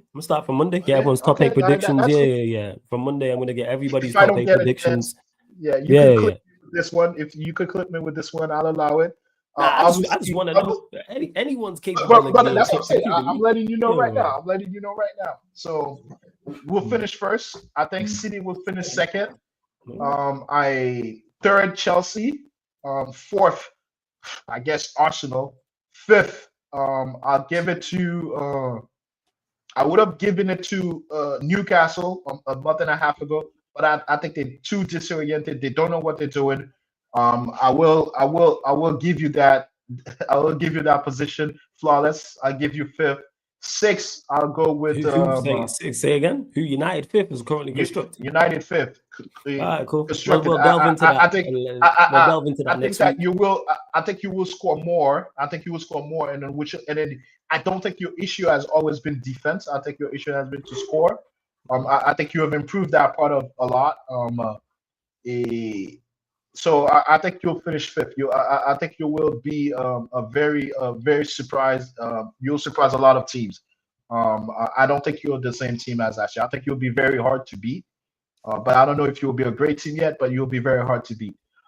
To me, 6 will be. I don't think Spurs can be 6 because too many injuries and too many holes in their squad. They need more. So I'll give it to Newcastle. But I'm not married to that thought.